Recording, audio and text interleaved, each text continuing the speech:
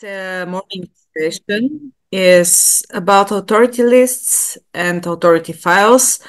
And you probably saw a sneak peek in the template that that has already embedded some sort of for now weird, references to another XML document. And today I will try to explain how we use the internal and the external authority list and how to make most of it. I will share my screen now and show you a small presentation on that. Just 1 second. Yep. Uh,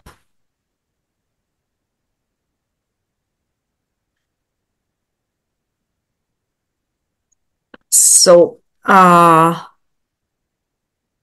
why is it is important to have an authority list? There is a lot of repetitive information throughout every project. If there is possibility that you would refer to the same thing again and again, you should think of a way to escape the repetitive encoding and to spare your effort and your time and just refer to this entity ideally in and place this entity in another place. Yeah, this is one thing that is quite important for the authority lists to spare time and efforts. And the other thing is really important is to enforce consistency within the corpus and between different corpora. Uh, it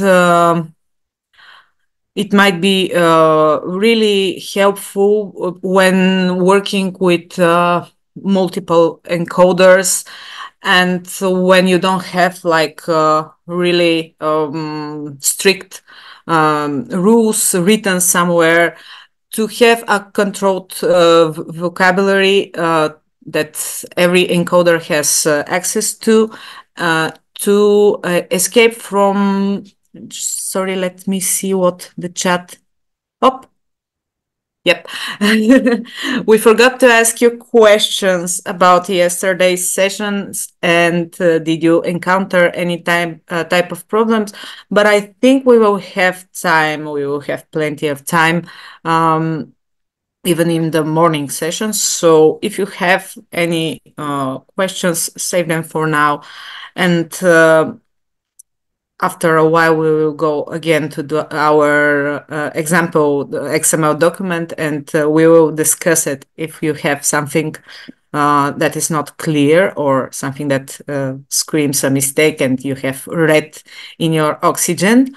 And the third, here it is listed in a different way, but the third important thing about having a controlled vocabulary is to separate and to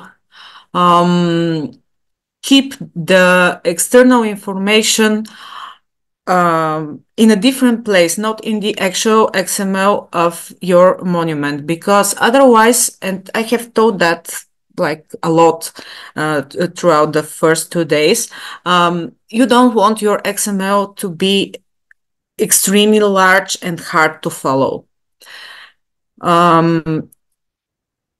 If you make a mistake, it would be harder to go through a large piece of code. And if there are multiple colleagues after you that are going to work on the same document, it would be extremely tiring for them to try to follow all the elements and the tags with links, with different comments and so on. Everything you can keep away from the actual XML should be placed somewhere else. So what can we do with control?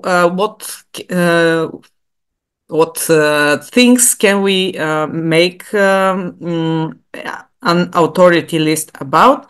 In the descriptive data, these things are quite obvious. We would like a general list of materials used, for instance, like marble, limestone, sandstone, copper, or and whatever. Object types, dating criteria. Well, I think that we didn't use that in our project. For the dating criteria, you probably should have an universal dating criteria in your project in general, not to list different types of dating, but that's my opinion. Letter types, hand types, and of course places. Modern places, ancient places,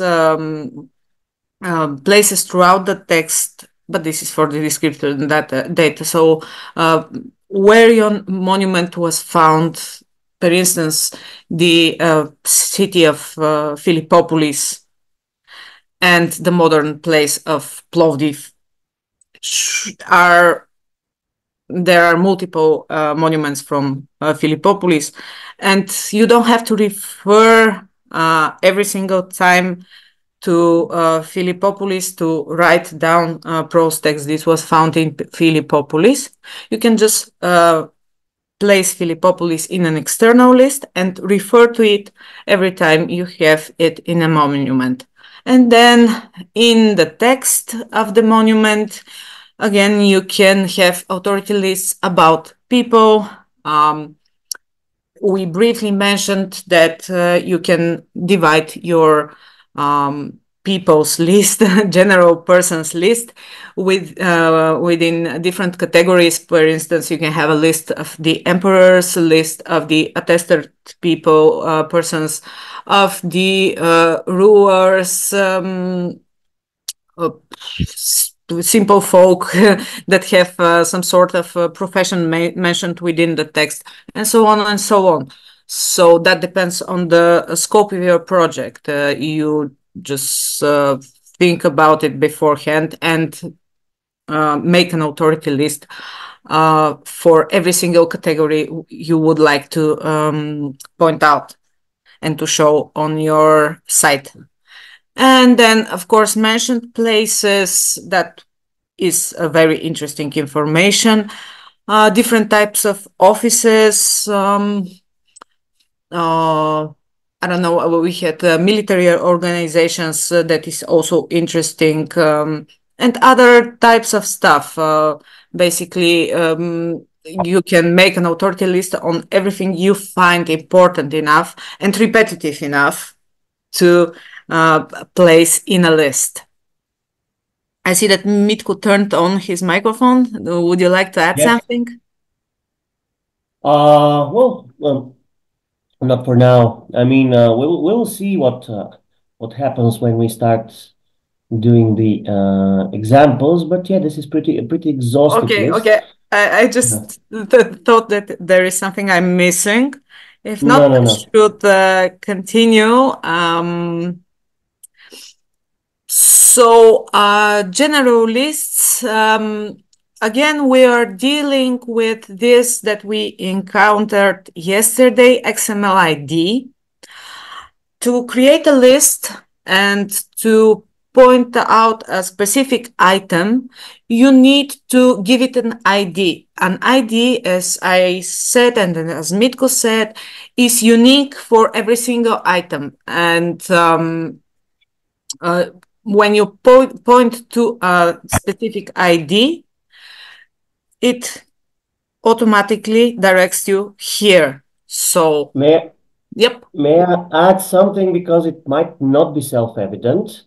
The authority files are written in XML, and they're separate XML files that live somewhere else, but they do not conform to a schema. They need to be only well-formed. Well, So they do conform to they the do general conform to general PI PI. namespace something, but they're not Epidoc RNG latest version of schema compliant.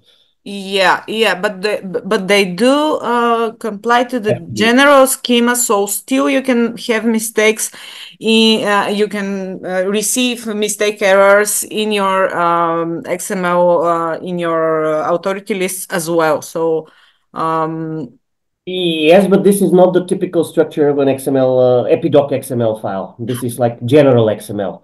for instance, our attested persons list is with a mistake because of the interesting solution Jamie Norrish found, late Jamie Norrish found on describing the professions. And for Yeah. it looks wrong, but it isn't. Yeah, it's a bit complicated, but we will get there. For now, let's say about the ID. So you have multiple items.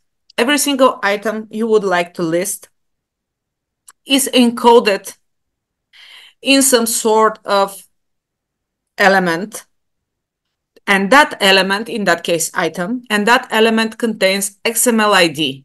The XML ID is unique, and in your XML files, you refer to the very same XML ID that you have in the authority list.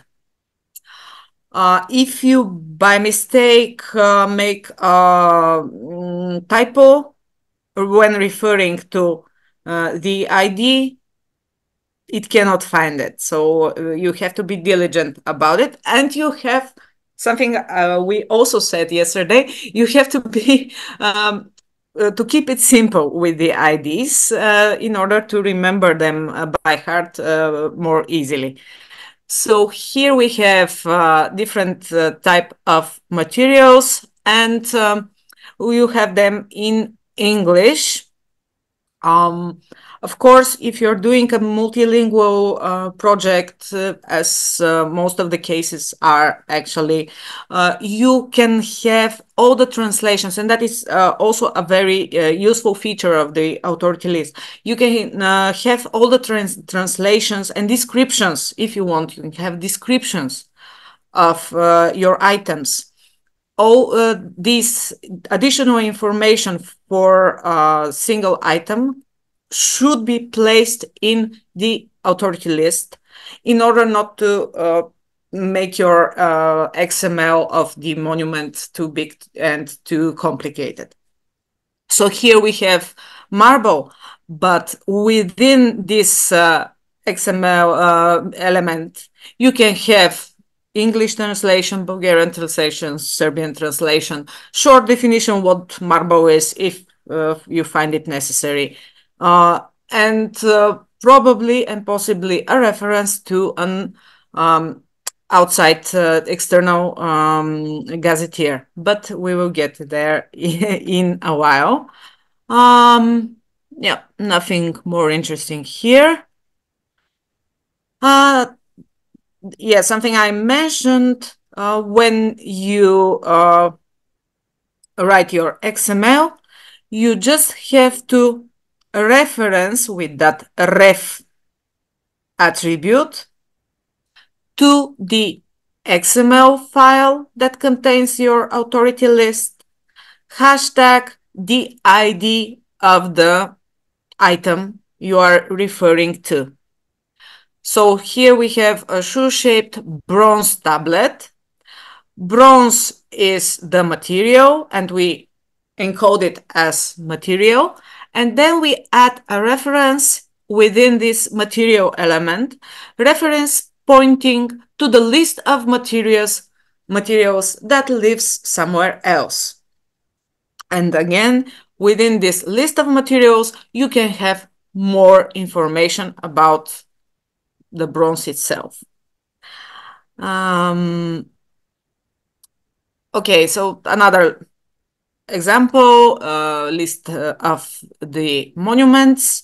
It is really important to be consistent, especially when about this descriptive data, the monuments, types of monuments, types of inscriptions, and so on and so on. So I think that all of the projects that are functioning now and that are under development now are dealing with authority lists. Authority lists aren't obligatory, but are really of help and are really useful.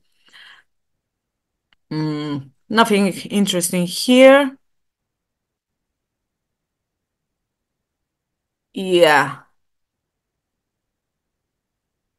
Um, XML ID ARA, cut desk alter, cut desk base, cut desk barrow. That would be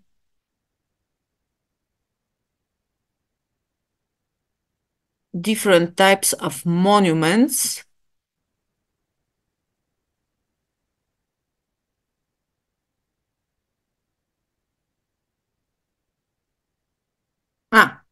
Yep. And something like this you will see in our authority lists that I will show you a bit later. The elements used for describing an item are quite fluid. You can use different elements and still get a valid authority list that is completely useful. So that is why I'm slowing down a bit, because I'm not recognizing this particular code, this particular elements. We are using different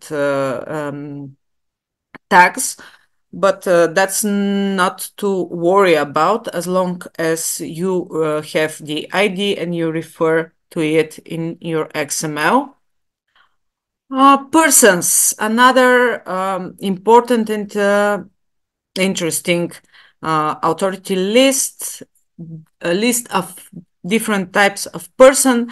The lists of persons could be simple, just listing the mentioned persons within your corpus, or they could be a little bit more complicated, as the example shown here.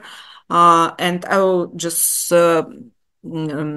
take a look and explain more about it for a while. Here we have person with XML ID pers001, and he's Marion Papios. And the second XML ID, the second person, is Agatopus. Pers number 3 is Marcus Aurelius Agatopus. And then we have some sort of code that gives more information about this person. So far, we have 3 different persons. Within the third person, we have a relation element that gives information about about different relations within the authority lists within different persons. So he is type son, he is son of active person number 3. How come? Passive person number 2.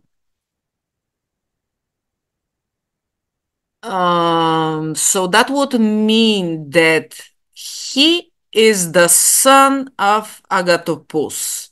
Correct me if I'm wrong, Mitko. I think the active is subject to the passive.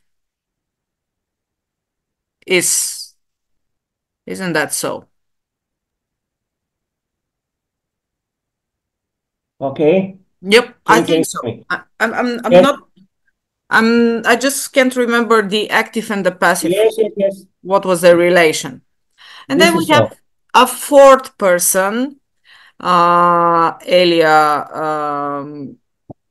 which is wife of Marcus Aurelius Agathopoulos, and she is the active person, and the passive person whom she is married to is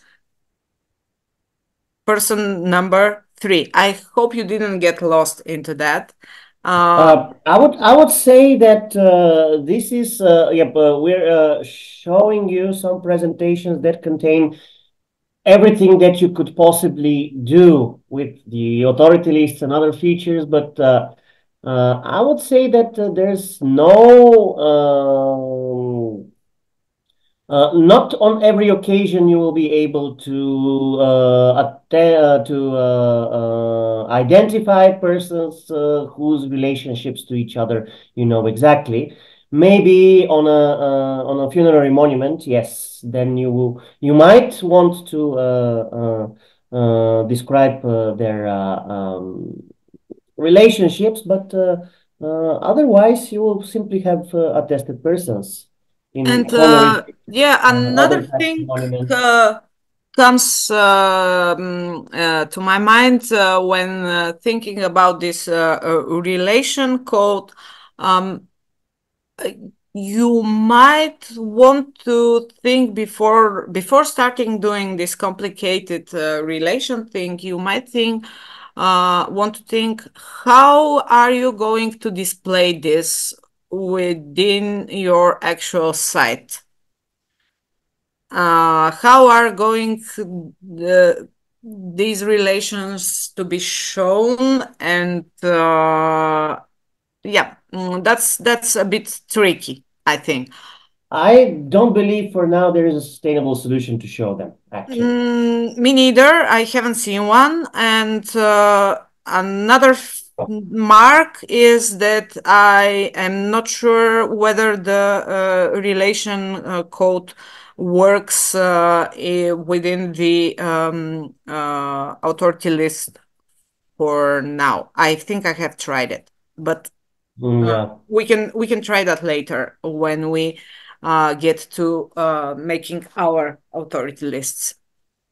Anyways, you can have relations. You just have to be very diligent when encoding them, not to get lost in additional information that won't be useful later on. Um, Persons, places in TEI. So you can have a list of places, again, with additional information that might be this is very useful that because you might give exact geolocations, or you can link to an external gazetteer that gives again the exact location and or additional information about a certain place. So here you have place XML ID loc01. Don't name it that way. Name it Berenike. And then you have the actual place name. Again, you can have it in multiple languages. You can have the geolocation, and your site might be developed in a way to show this exact location on a map that is quite nice for the user to get a visual representation of otherwise quite abstract place names throughout the text, especially when dealing with ancient places, because, yeah, like the normal user probably doesn't know where Discudura Terre is. um, and yeah, this is the geolocation, and this is a link to an external gazetteer, to Pleiades, to be specific. We will speak about the external gazetteers, I think, in the next slide. Yep, exactly. So you can have the external reference here in your authority lists. And that is, I think, the recommended practice because um, it mm, well, it keeps it away from your XML. It keeps your XML file of a monument simple and nice. Um, but you can have it within the XML. If you think that you are going to meet us to find a settlement or to see a settlement within your corpus just once, then you probably would feel a bit reluctant to create a unique ID for this very place that is really not frequent and you are not going to use it anymore. So in that case, you might choose to place the a reference to an external authority list within the XML itself. So this is the case shown here. Oric place of origin, as in your template, with a attribute reference and a simple address pointing to the temple of Aphrodite in Aphrodisias. So this is probably the more simple way for encoding, but in long term, you probably might encounter some sort of confusion about all these references within an XML, especially if you make a minor mistake and you have to correct it. Yeah, you can even have the reference within the text itself. So this is when we describe the metadata, where we have the original place where the monument was erected. We are talking about the temple of Aphrodite. And here within the text, we have the same temple, no, not the same temple, but another place explicitly mentioned. And you can reference again to Pleiades and have this place pointed on a map. I think that at least in FS, when you have this reference, when you put this reference, that would automatically give clickability to this name, and you can just click on it and open the Pleiades page and see exactly where this Agrippine, sorry, actually is. But the better way is to have these references to external gazetteers in an authority list if you are going to refer to these places more than once. So here we have another authority list of places with unique IDs. Title: Antiochia. City: Pleiades ID. Again, the ID of Pleiades.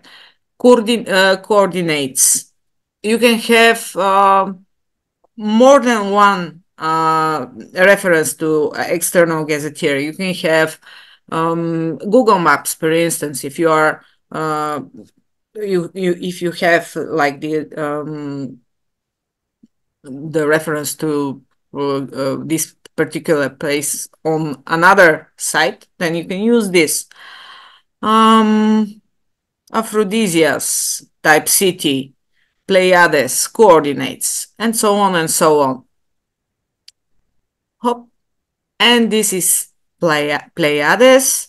Well, I'm going to show you the actual site. This is a screenshot that doesn't tell you much, but in a few minutes, I'm going to show you the site. And you will find much more information just scrolling around.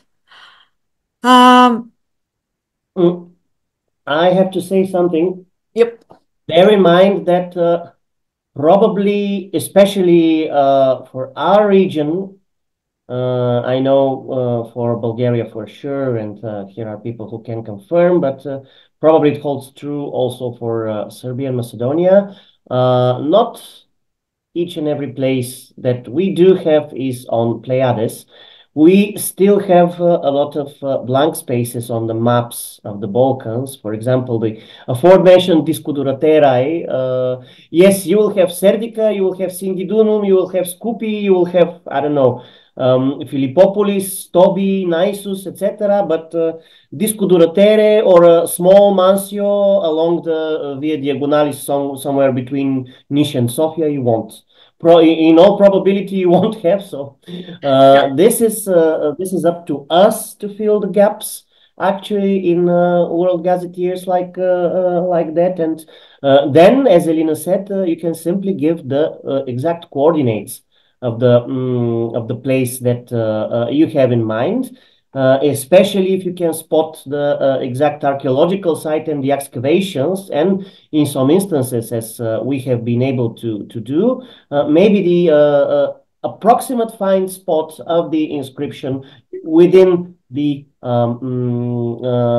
general picture of the general plan of the excavations. We were able to do this with the inscriptions from the town of Mezdra, one of which you saw yesterday, this dedication to Demeter.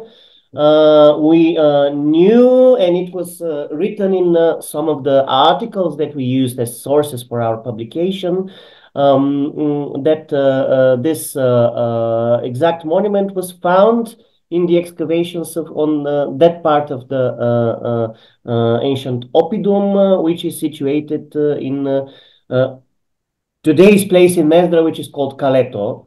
Funnily enough, all the Roman Oppida are called Kale in Bulgaria, as well as in all of our countries with the Turkish word. So we were able to give very good representation of the actual find spot of the thing. And of course, the Kaleto in Mezdra doesn't have its. We don't even know what the name is, as far as I remember. In this case, we don't even know what the ancient name of the place was, if it was written down at all anywhere, as it happens with Roman Castella and Oppida from antiquity and from late antiquity. Sometimes even even the name isn't known.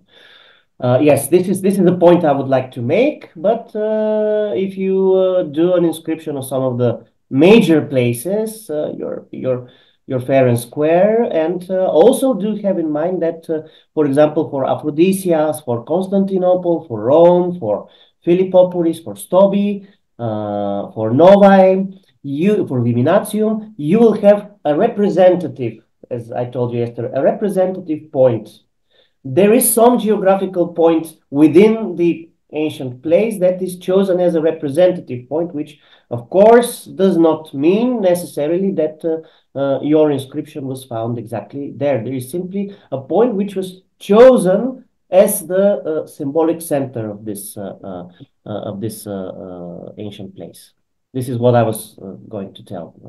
Sorry for interrupting. But yeah, I think that in some cases it is not just a point, because, for instance, I have pointed to the province of Asia. So Yeah. the whole place, it's not a single point somewhere, but it is. The polygon. Yeah, Hmm? rather. It's a polygon. Yeah. So, and you see here the Aphrodisias, that it's not a dot on the map. It's like the whole place is circled around. But I don't know. Anyways, about Pleiades, there is a way to contribute and to notify them, to include, to gently urge them to include your additional smaller places that you have in your corpus, as long as you have the actual coordinates of an ancient city or settlement. So this is something we didn't do yet, but we have to. You can you do have contacts with Pleiades. I think there is a form in the site somewhere where you can give suggestions to add a new ancient place in their map. Their information, as far as I know, is based on the largest maps and Mostly based on the Barrington Atlas of the Barenti, ancient yeah, world. on several, more than one, but Yeah. yeah. So, and they are quite open to receiving and adding new information, because obviously it isn't, the Barrington Atlas isn't like complete. Giving all the information. External authority lists about persons. And this is a place where I will give the microphone to Mitko, or I can just yeah, just to give you this example, and then you will show the site by its how the site works, the LG. I will show the LGPN, but they've changed actually their Address. not only their address, but the whole way they're operating, and we'll have to see how to link to them if needed. Yeah, but first let's see an example on how to reference to an external authority list of persons. Here we have Diodotos Carneado. You treat it obviously as a person and enclose it in the tag person name, and then you use another person name. You can have person name within the person name, because technically there are two persons within this name, Diodotos and his father. So we distinguish them both as persons,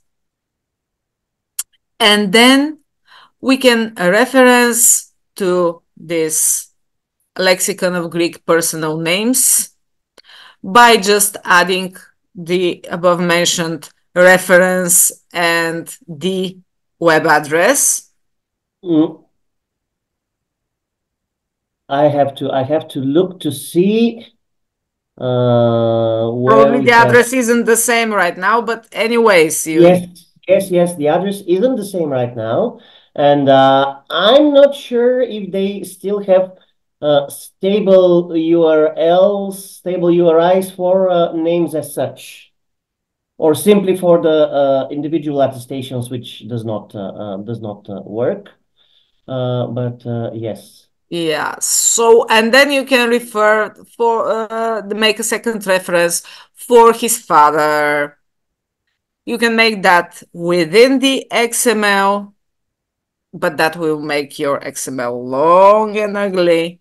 And you can reference it to the authority list called XML persons.xml hashtag the other dot one, the unique ID of Diodotos. And here, that is the way an item, a person, would be described in an authority list. So you have this XML ID that you're referring to in your XML, and you give the reference here. You can have the person name in regularized form. Of course, you should have the personal name in a regularized form, and you can have it again one more time in English and in Bulgarian, in whatever languages you are using for your project.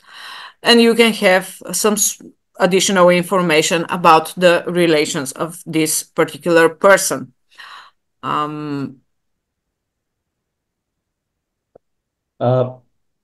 Yep. I can show you the LGPN right now if you wish, or No, after. we should just let's finish this presentation and we will show the Pleiades and then the Yeah. LGPN and so on. And this actually is the last slide of the presentation.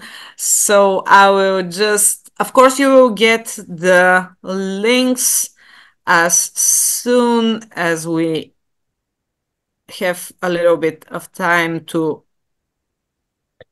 add them.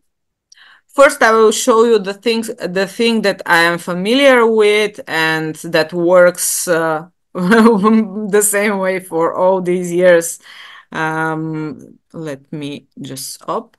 This is the Pleiades, and it works pretty user-friendly with the ancient name, and I wanted to show you with our XML that we made yesterday. That was from the ancient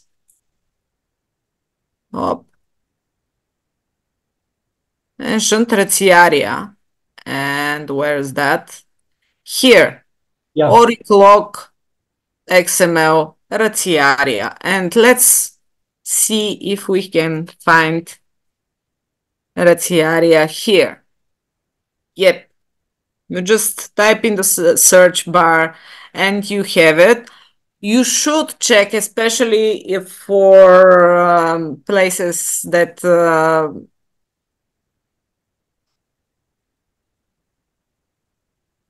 yeah, and here it is the ancient place, the ancient city of Retiaria on the map. Different names can be found here. I'm not sure.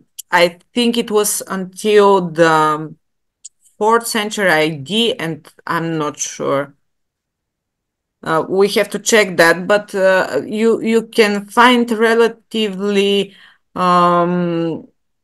up until the early Middle Ages, if the place changed its name, you will have all the names searchable here. So if Retiaria later was called something else, you still will be able to find it when you type it in here, the later name. Let's try with Nove.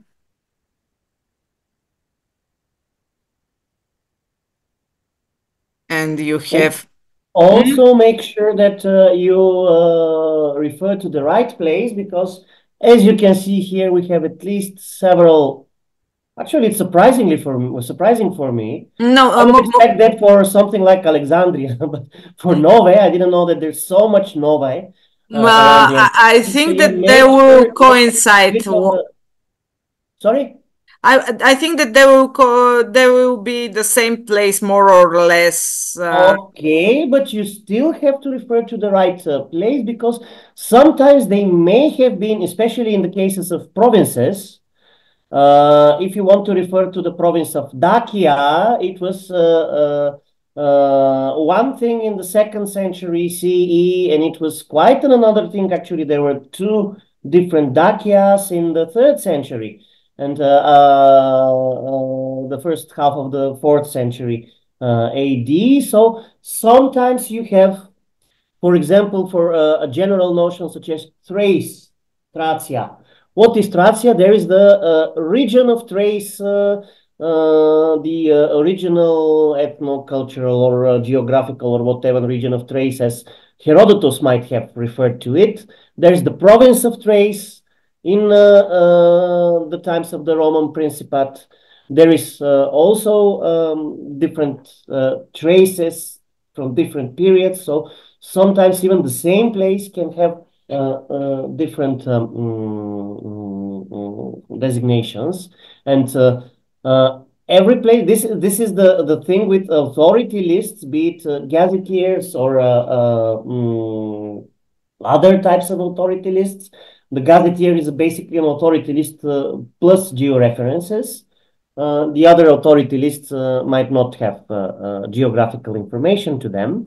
It's the geographical information that makes something to become a gazetteer in the strict sense of the word. So the question about them is that first, all of them have a stable. First, all of them have a unique identifier called URI.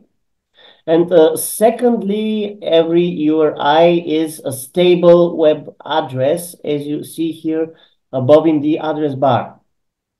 It's not a PHP type of thing. It does not have a dynamic web address containing a lot of, I don't know, question marks and equal signs and things like that. If you get a link that's like 2 lines long, filled with strange characters, this is not the stable URI that you want to have. And this, if you don't copy from the address bar, here you have this that Elina is now Here, yeah. pointing to. Yeah, you can copy to the clipboard the canonical URI for this page, and the good thing that the authority files and the gazetteers are doing is that they disambiguate between places that might have the same or similar names. Yeah, I have just opened the three locations, and they are quite obviously they are quite different. And if you do not pay attention, you might link to a different place. So yeah, Yeah, keep that in mind. And um yeah, as I said, there are places that are simply not there. In that case, ideally, you just have some sort of representative coordinates that you can give in your list, or you can think of another way of just pointing the specific place to in order to disambiguate what are you talking about.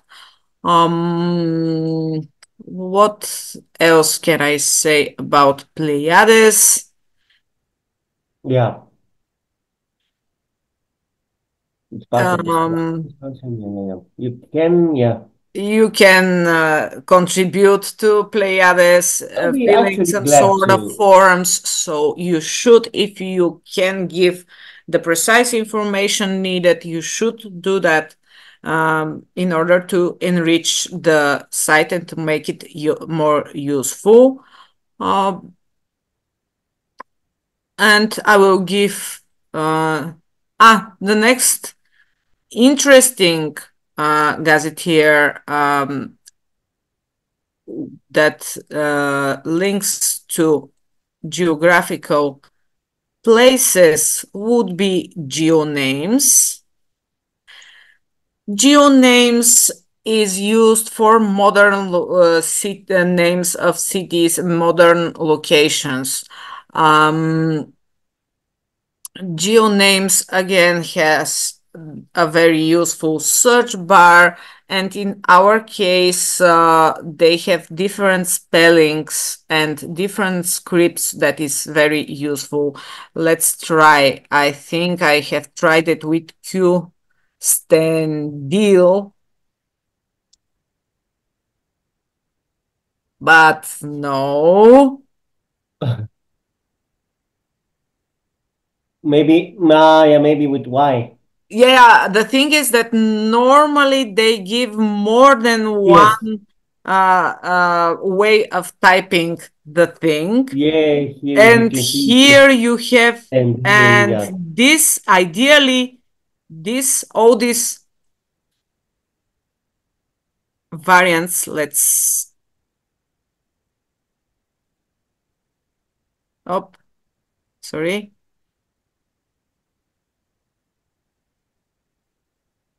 here. And the different names, no, they're not displayed here. But you see that you have more than one. The thing is, however name is spelled or called, you can have this name Kustendil here, even in Arabic or Hebrew or Chinese script, or I don't know. The thing is that no matter how it is spelled, no matter in which language, which script, etc., it refers to one and the same thing. So Kustendil with I, Kustendil with Y, Kustendil with C, Kustendil in Arabic, it all refers to the same thing. Yeah, you can This search is in. why it's very handy to have authority references. Yeah, if you spell it in Cyrillic, it will also give you the same thing. Yep. This is very useful when you deal with places that you are, for instance, villages in Bulgaria have sometimes changed names, and geoname, luckily, still has the old names that are before the 50s or something, and might point to the village if you use the old name and not the new one. That is something very useful as well.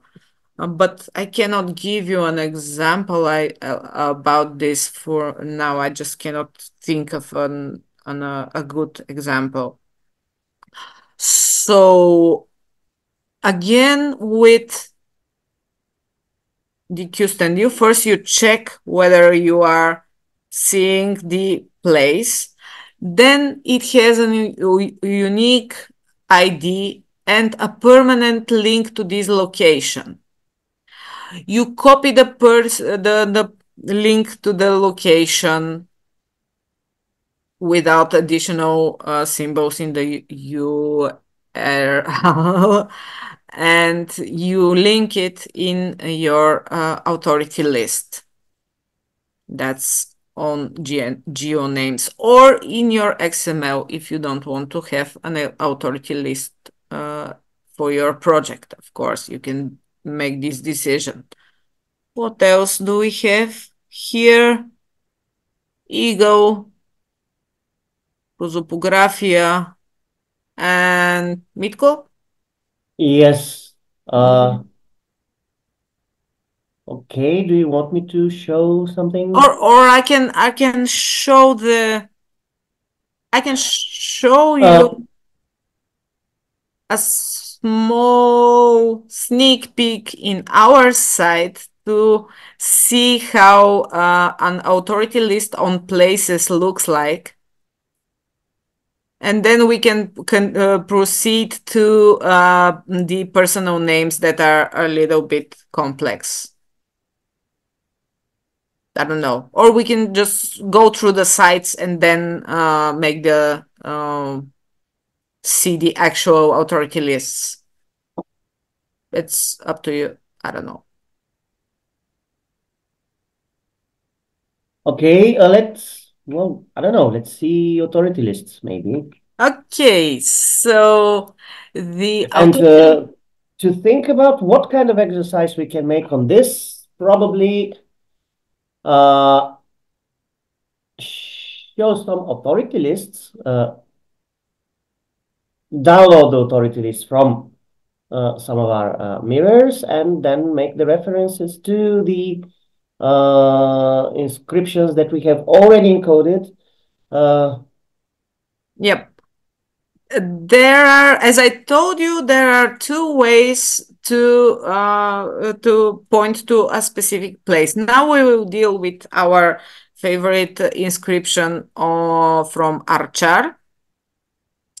And here we will, first I will show you briefly how to embed the reference to Archar in geonames and the ancient place of Razialia in Pleiades within the XML itself. Here we have in the history of the monument, just move it. We have Raziaria, yesterday we filled this information that we're speaking about retiaria. So here we can just give the reference to retiaria in Pleiades. Pardon me, wrong alphabet.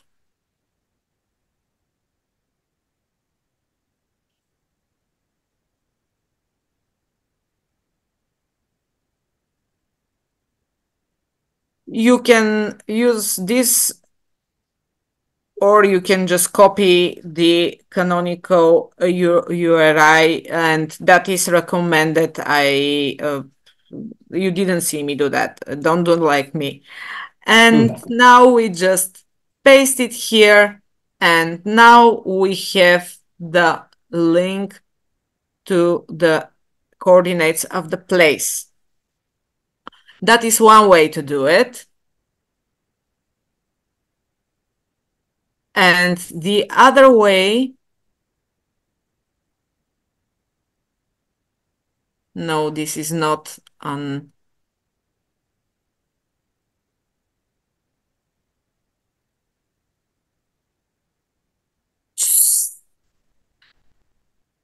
Where do, can you send me on mirror of the site, please?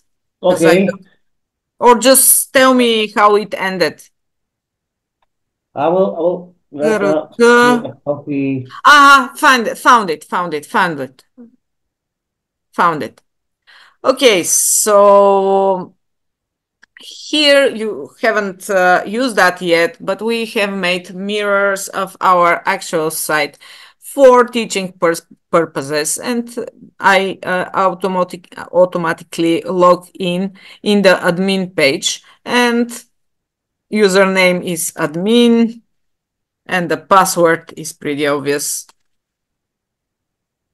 You will do exactly the same tomorrow, and you can do it now if you want.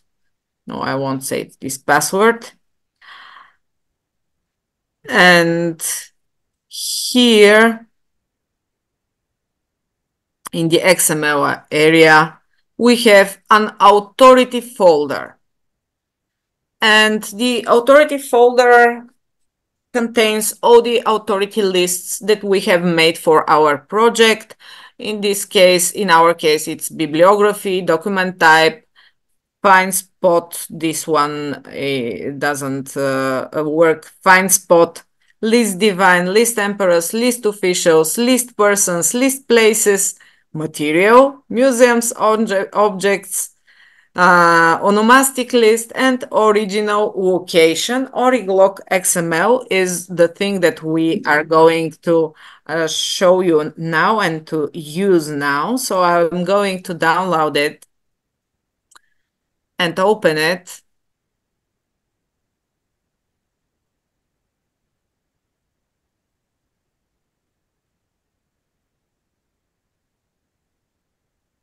And this is our actual list. It is filled with mistakes because for some reason TI doesn't agree with having location here. Because it is within the Pleiades. Anyways, we ignore these mistakes. You see that there are many instances we cannot link to Pleiades. We have linked to whatever we were able to find as some external source. How to make a new ID and a new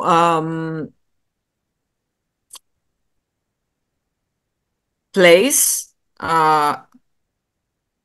So I will copy just the first one, the whole place. I'll just copy it,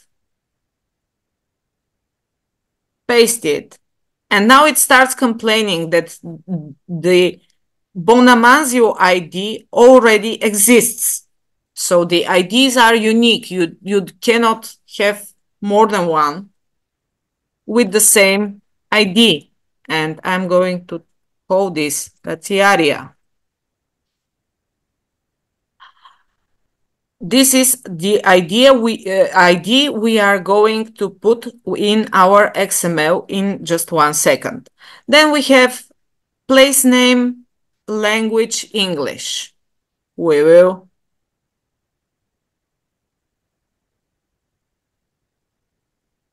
and then we have place name, language, Bulgarian.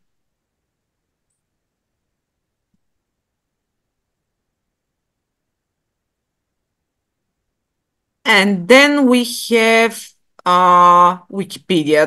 I don't know, that's some sort of example again for teaching purposes that Bonomansio, that's why it stands like that. Then we have IDNO type, identification number type, Pleiades. And here we will give the canonical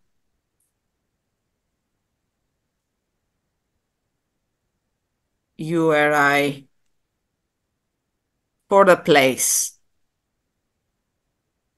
And by doing so, we have defined the place Ratialia as unique, and we can refer to it in every single XML that contains the same place as find spot. We hit save here, and we will open the inscription.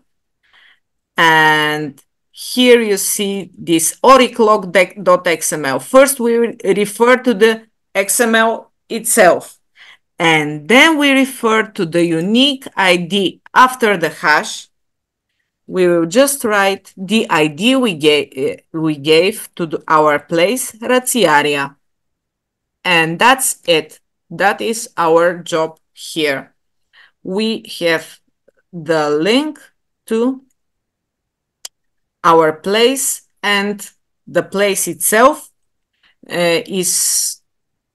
has coordinates and link to Pleiades. Now it has link to Pleiades, but you can add coordinates as well, and you can add additional information. Even if you want, you can have like some historical passage if you want to say the city of Ratiaria flourished throughout these centuries and so on and so on. You can have this type of information here. You are not limited, and you don't aim for brevity in the authority list.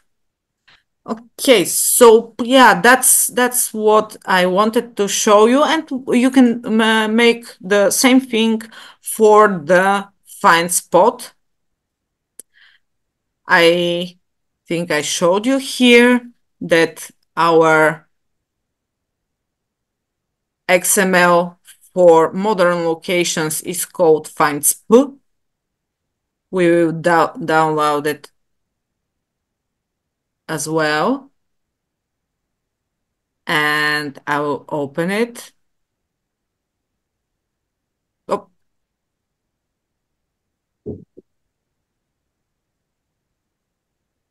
Here it is. Again, a lot of mistakes because we have this location with coordinates that the schema isn't okay with, but we just ignore it. And let's just copy this entity, paste it, and change the name of the ID. Archar is our place. In English, it is Archar as well, the modern village of Archar. And we saw it, no, we didn't saw it in GeoNames. Here it is the populated place of Archar.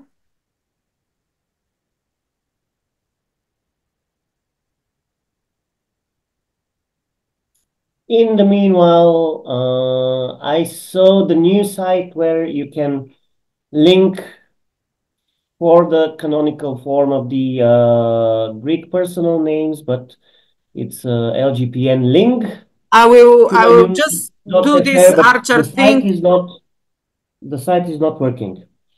Uh-huh. Oh, yep. So yeah, we placed the address, the web address here within the identification number type geonames, and I will just now copy the exact coordinates and place them under location.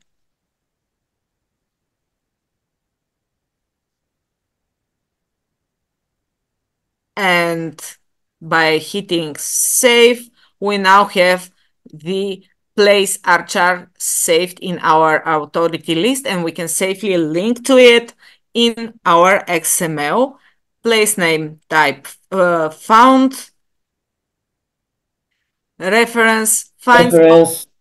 findspot.xml, This is hashtag. the name of the file to which it goes and looks, and after the hashtag, it has to find the exact XML ID value. And yep, here we have the ID of Archer.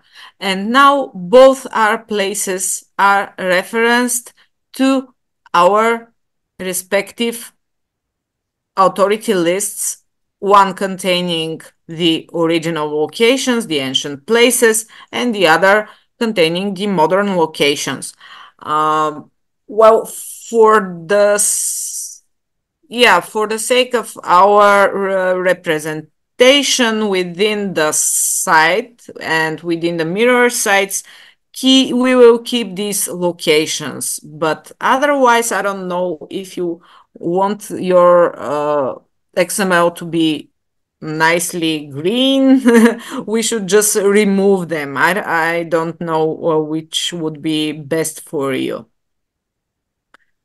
But there's not much things that can go wrong within the authority list. You don't encode much here. You just copy and replace the information within the tags. Nothing more. And to be sure that you're doing it without accidentally missing something, use the triple click in order to have the whole entity in blue, and just copy it using control copy or whatever. Yeah, so that was it from me briefly on locations. Mitko, you can make the same thing about the persons or the prosopografia imperii romani. Does it work? It works, but it gives A completely partial reference. So just for the material and the ego vocabularies. Probably. I don't know. But or we can leave the external gazetteers for now and just you can just briefly show them and we will continue with our authority list. I don't know. Okay. Do we have a file which has things which are not referenced in the file that we've been encoding so far? Yeah, sure. Descriptions themselves. Here the whole file contains. Oh, this is referenced. No, it's not. It has just. Okay, so we can do this. We have just Retiaria chart that we just did, and then we have personal names. personal So names. What else do we have? We have no, just personal names. We don't have something interesting. Okay, Personal so names is more than enough. I can I will show. As you can see, we're here and we will now see different types of authority. This is the document type, which contains different elements, different types of documents that we have. This is the material, which we'll also use, and this is the onomastic that we'll also use.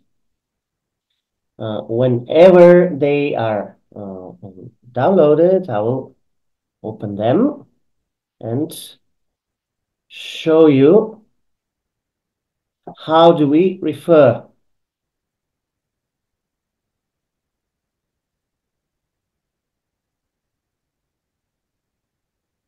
And you can, in the meanwhile, you can also download these files yourself. Do you need?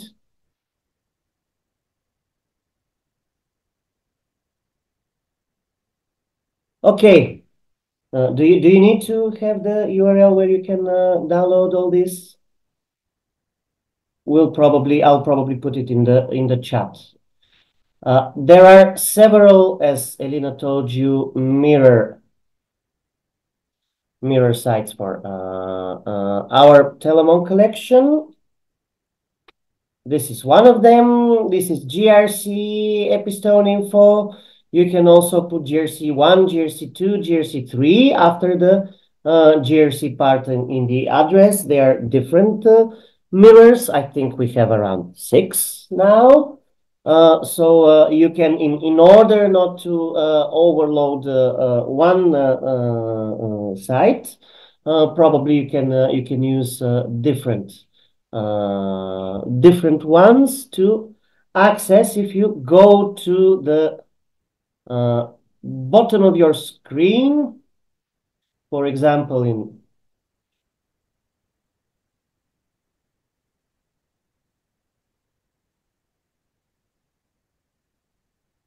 okay, let me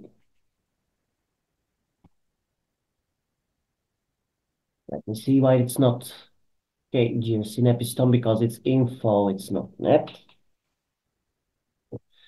You go to the bottom of the screen, as Elina told you, you log in, and when you log in, you will be redirected to the admin part. The admin part contains 2 things, and our colleague Christian Simeonov will be talking about this to you in this afternoon.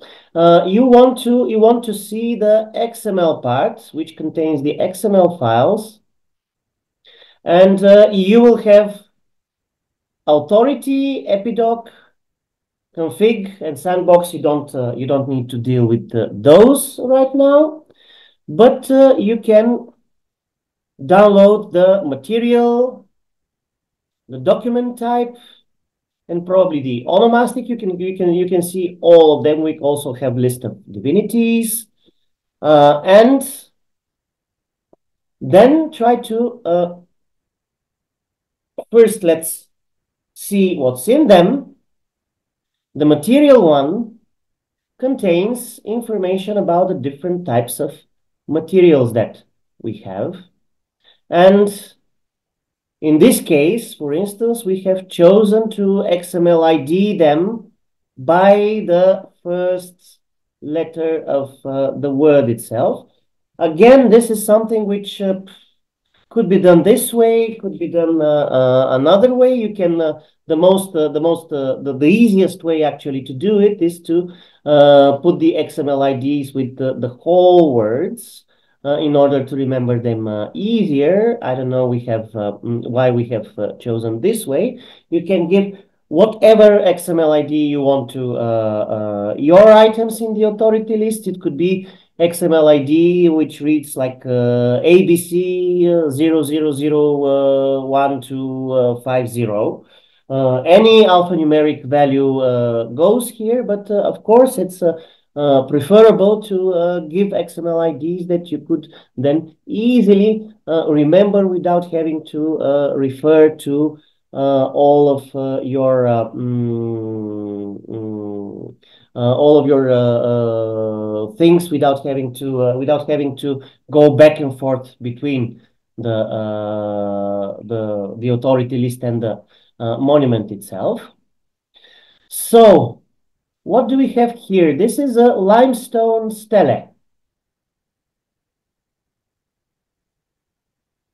I hope you're seeing well the screen here. So we have in the physical description, object description, support, we have the material.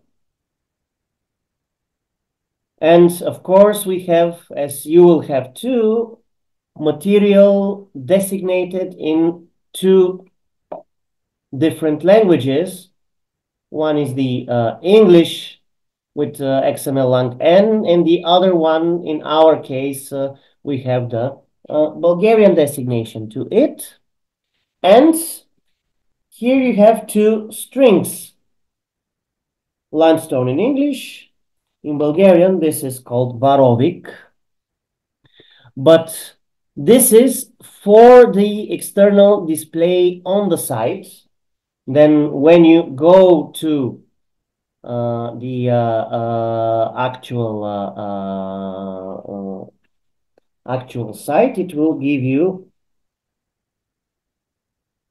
for example, varovik as a designation here.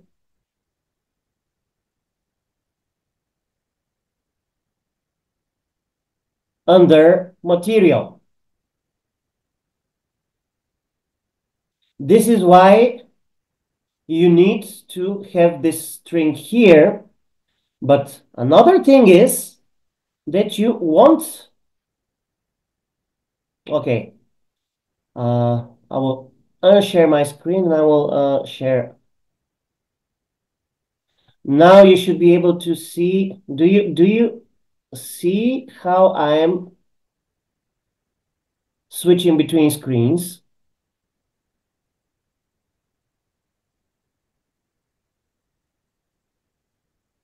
If yes, please.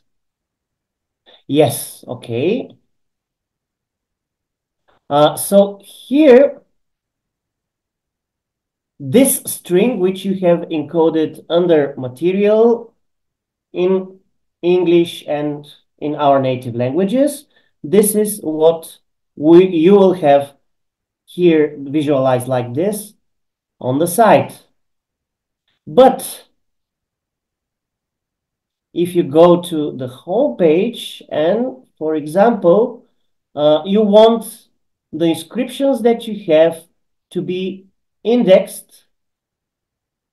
We don't have index of materials, but we do have indices of other types of things, or to be filtered by a material.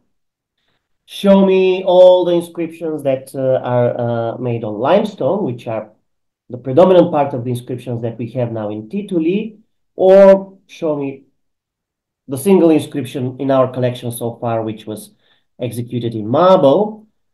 You need to reference this to the authority list, and the reference to the specific ID in the authority list actually takes care to gather under one filter or under one index all the instances of monuments that we have referenced in this part of our code as referring to the material XML authority file, and after the hashtag to exactly this XML ID, which is L for limestone.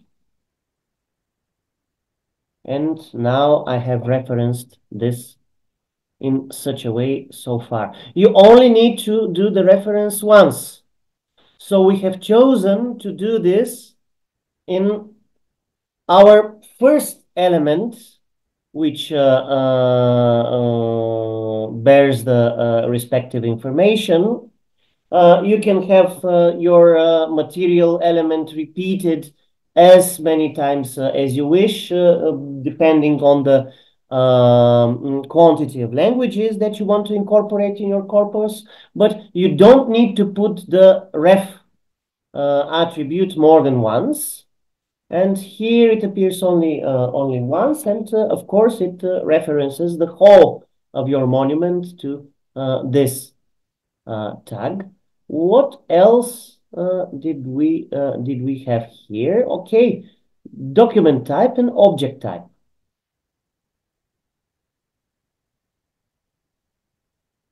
Let me see where the object type is.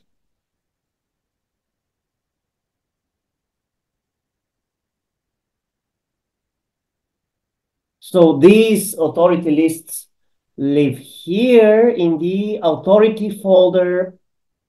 And here, as you can see, by the way, here you have the images, which you will point to in the facsimile part of your code. But now we're dealing with this. Now let me see if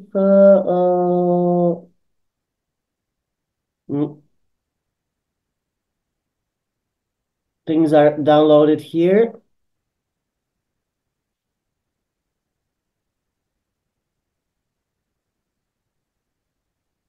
Okay, do it yourself also to see if it works. It should work. And once your object type is done and your document type is done, we can refer to them too. But as far as I can see here, we already have the onomastic list. In the onomastic list, we have XML IDs to all the names that we have in our collection. As you can see, in our case, because this was originally the onomastic list that we produced for the sake of the Telemon project, we also have the spelling of the name, the regularized spelling of the name in Greek. So you can have here not only 2 languages, but as many languages as you wish. We also have the name in English spelling, which is, as you know, effectively the way it would be spelled in Latin. So calandion is calandio in Latin, and thence in English, and calandion in the Bulgarian transliteration of the name. Here I see that it is repeated 2 times, with which probably is a mistake on our part. We only need once the name, but yes, you can do changes to your authority lists on the go. And yes, we also have certain names that we're not sure how to accentuate in the original language. As you can see here, we're using different language code for the Greek, because we want here, if you perchance want to have ancient Greek names, ancient Greek, in contrast to modern Greek, which has a different language code, only has a triliteral language code and no biliteral, with 2 letters, as with English and Bulgarian, and it is called GRC. And you can have, of course, language codes. You can actually check them if you wish. There are several types of language codes. ISO 639 is the standard of the language code, and you have 639.2. Hope you're seeing this. and 6391.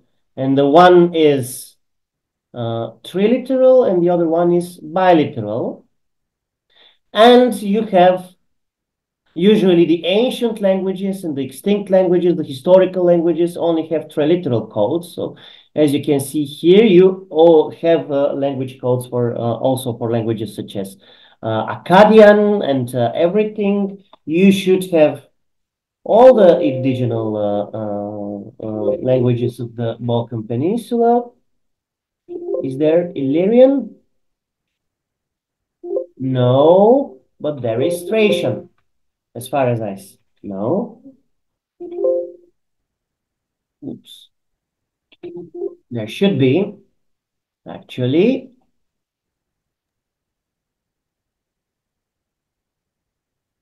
So if you can encode also the names in the indigenous languages of the Balkan Peninsula as you wish.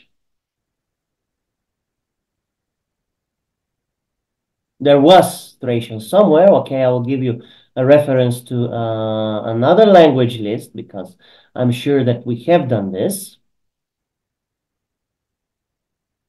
But if you're not sure what the language codes are, you can, yes, maybe it's in ISO 3. There is one. If you want to know the language codes to your specific language, search for ISO language codes and you will have the tables. I will find some suitable tables that you can use and I will give your reference to them as a link. But yes, we can now try to see what we can do with our name here. So we have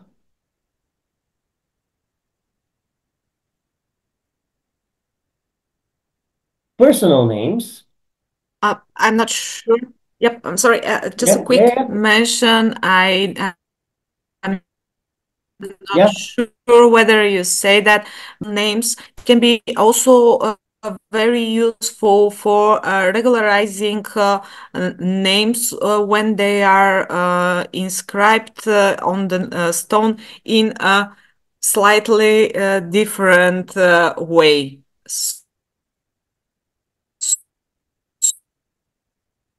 Yes, yes. So This is this true. is very popular name. If you have it in 5 different ways throughout your corpus, written in different with different letters, once you point to the main, I have references to all these weird writings, but still the user will know that this is the name. Code is just written slightly different. Okay, so now I would want to insert a person here, which is called Gaius.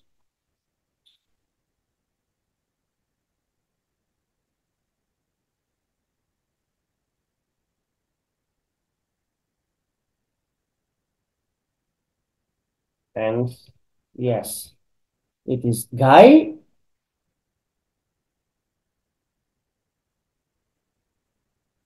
It is Gaius, but it can also be spelled with G. So why not put this information here? And in the Greek inscriptions, the form of the name will be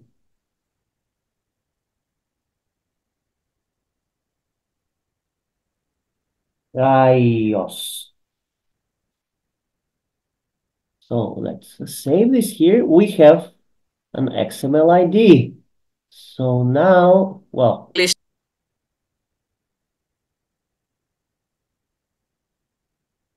you may want to refer to all the 3 names separately, and then you can refer to the person as a whole. Let me Let me see how this would work. So we have onom XML here. We should not. Oops. Sorry.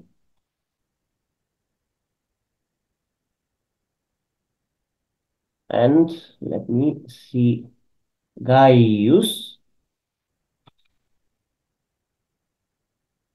Okay. Now we'll do the same with, this is the first name, so this is where the second name starts, the Cassius. You can try and repeat after me what I'm doing.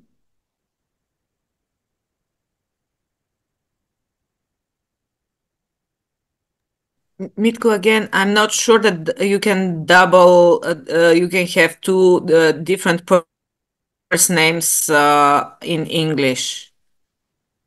Okay, I'm giving this just for the sake of argument. Probably in our case, Yeah. only one would be visualized, but it's not a mistake. Yeah, the You visualization can would. give variants to the names whatever times you wish.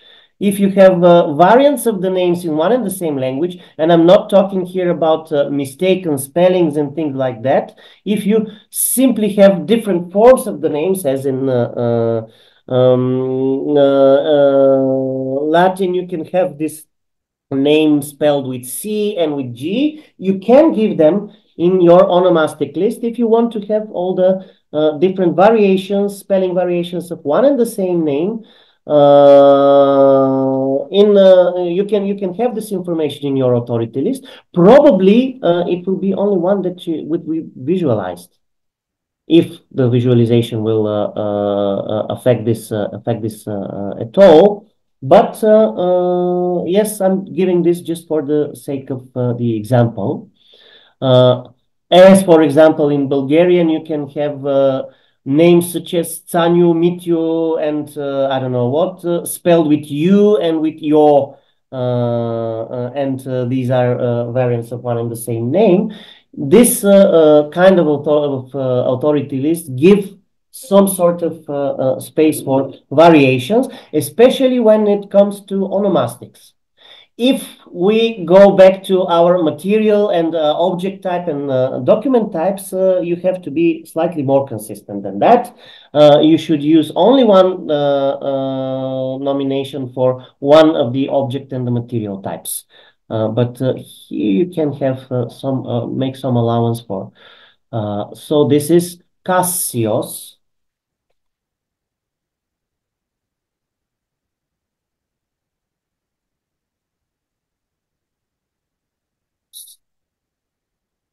Uh, okay, we don't need this here.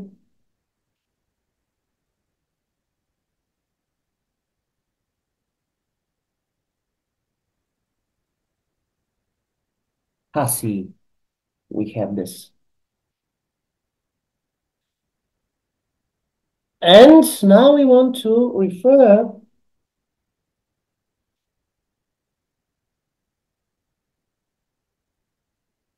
let us see what XML ID we gave it. Yes.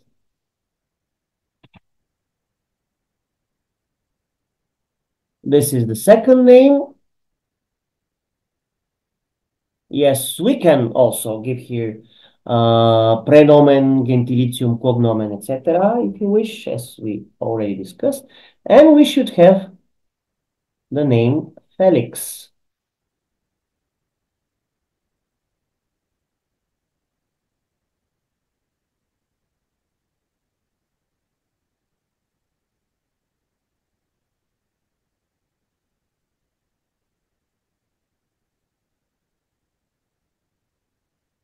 So in this way, you will have onomastic list that, well, I'm not sure how to spell it in Greek because I don't know by heart the length of the A vowel. It could be Felix with epsilon. I believe.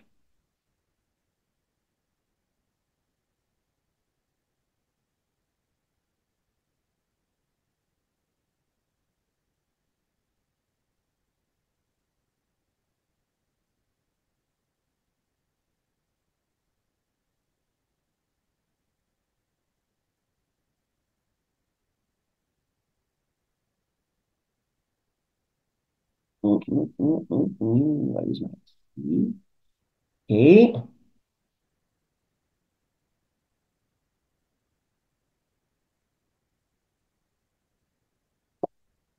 Ref. Okay. Here, of course.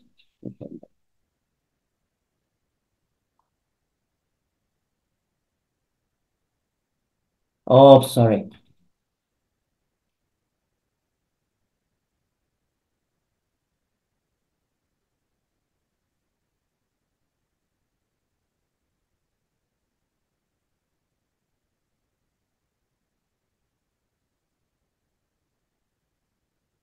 Okay. So now we have referred to all the parts of this thing. What this gives us is a certain type of flexibility because, as you will see here, we have, okay, in English, we have personal names and we have attested persons which are different. They're a different authority list. We have, for example, under the what we have done here, we have referenced to the authority list, which is the onomastic authority list, and not the prosopographical one. We want to distinguish between both. Here we have reference to all the attested persons in our documents that have the somewhere in their name, however complex it might be, it might consist of two parts, sometimes of three or even four parts, together with the patronym in the Greek manner. And here, in this way, you can have a list of all the people which bear the same gentilicium, which could be useful for your purposes, because we see that here in our Telemop collection, in the circa 70 inscriptions that we have until now, we have several people which bear the Roman gentilicium Elios or Aelios. In Greek transliteration, we have an Aelios Decimus, we have an Aelios Iulius, we have an Aelios, not 100% sure if we have to reconstruct the name in this way, Aelios Proclus, but if it is so, he is Aelios Proclus. And we have an Aurelius Apollonides, who was a son of somebody called Aelius Valens, probably. So we have all the Eli in one place, and they can be probably, if we have them all at once, and if we go to and from all the inscriptions in which they are attested, we have at least two of them attested in one and the same monument. We can see the relationships between them, if any. We can explore how many people bearing the same gentilicium were present in one and the same province at the same time, which can give us some information about the granting of Roman citizenship to provincials, because as you know, especially before the beginning of the 3rd century CE, what we had in the Roman provincial nomenclature, especially among people who were not native Romans, they were Thracians, or they were Greeks, or they were Illyrians, or whatnot. People bearing one and the same gentilicium could point to one and the same campaign of giving local provincials Roman citizenship, which, as you know, took the form of adoption. And in the process of adoption, the adopted persons who were granted Roman citizenship assumed the gentilicium of the person that adopted them. In the predominant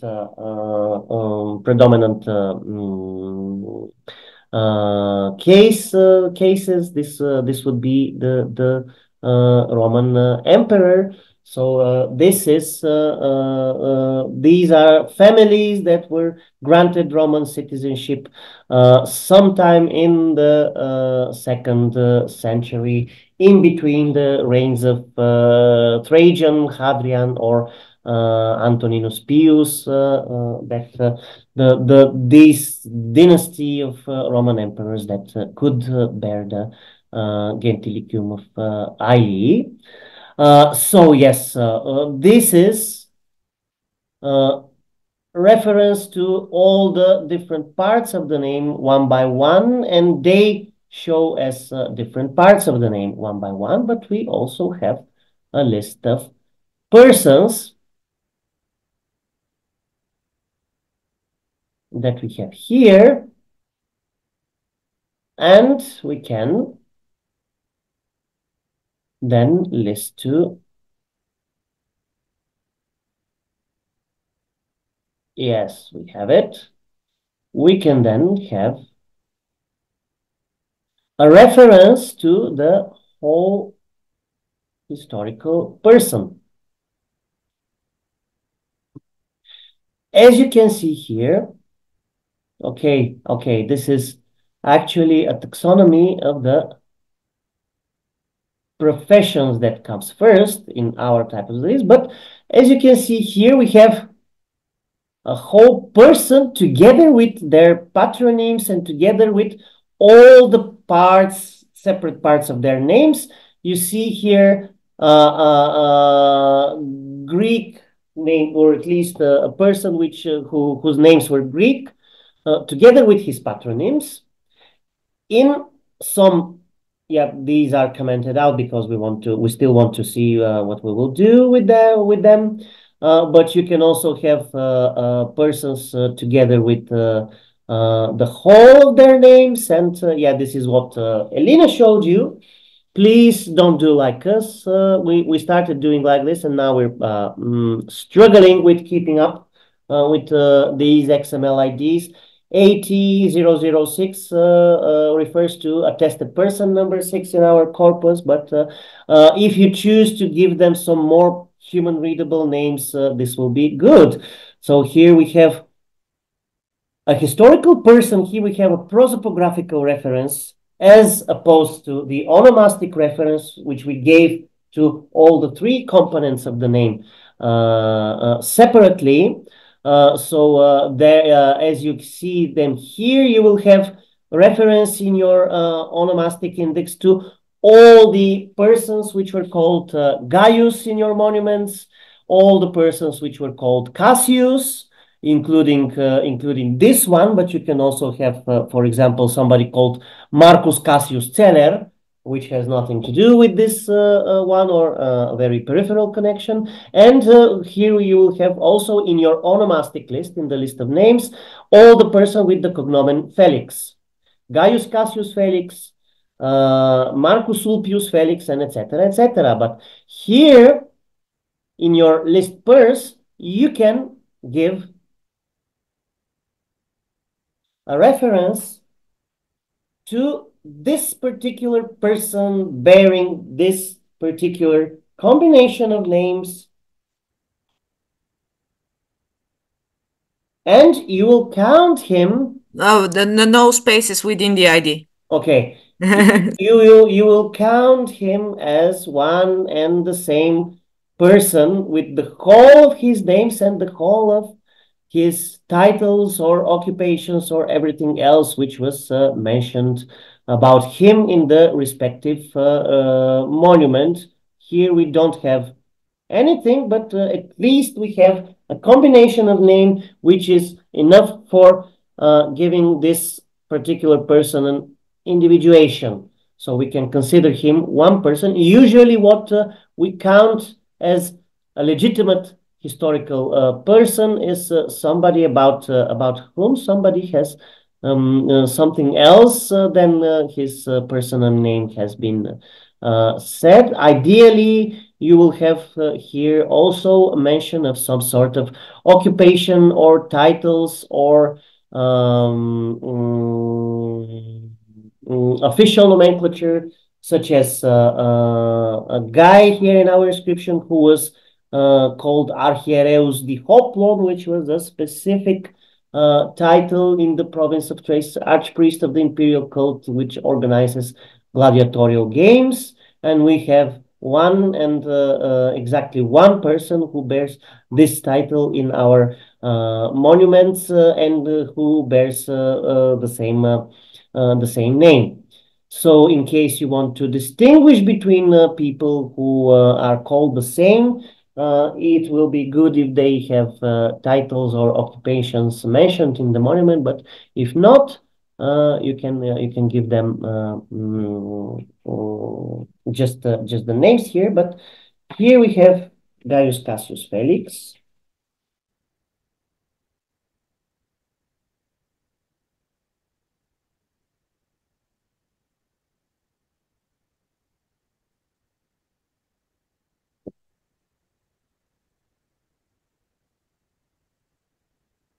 Here we have, okay, we can give his name also in Greek if we are dealing with monuments which have attested persons.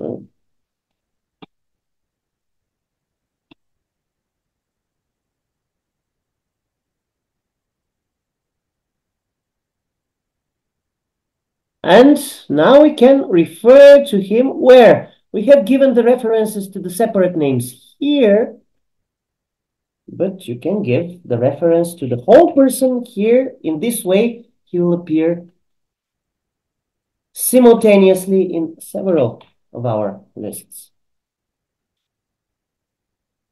Okay.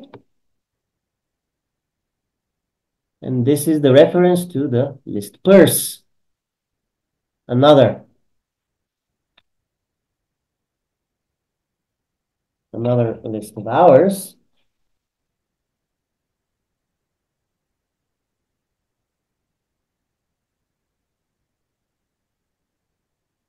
Yeah, you see now that when I know that that I've given this ID exactly as the person is called, I will not have to look up to check if it's like this in my authority list. So this helps enormously. Now I think we can go back to our document type and object type.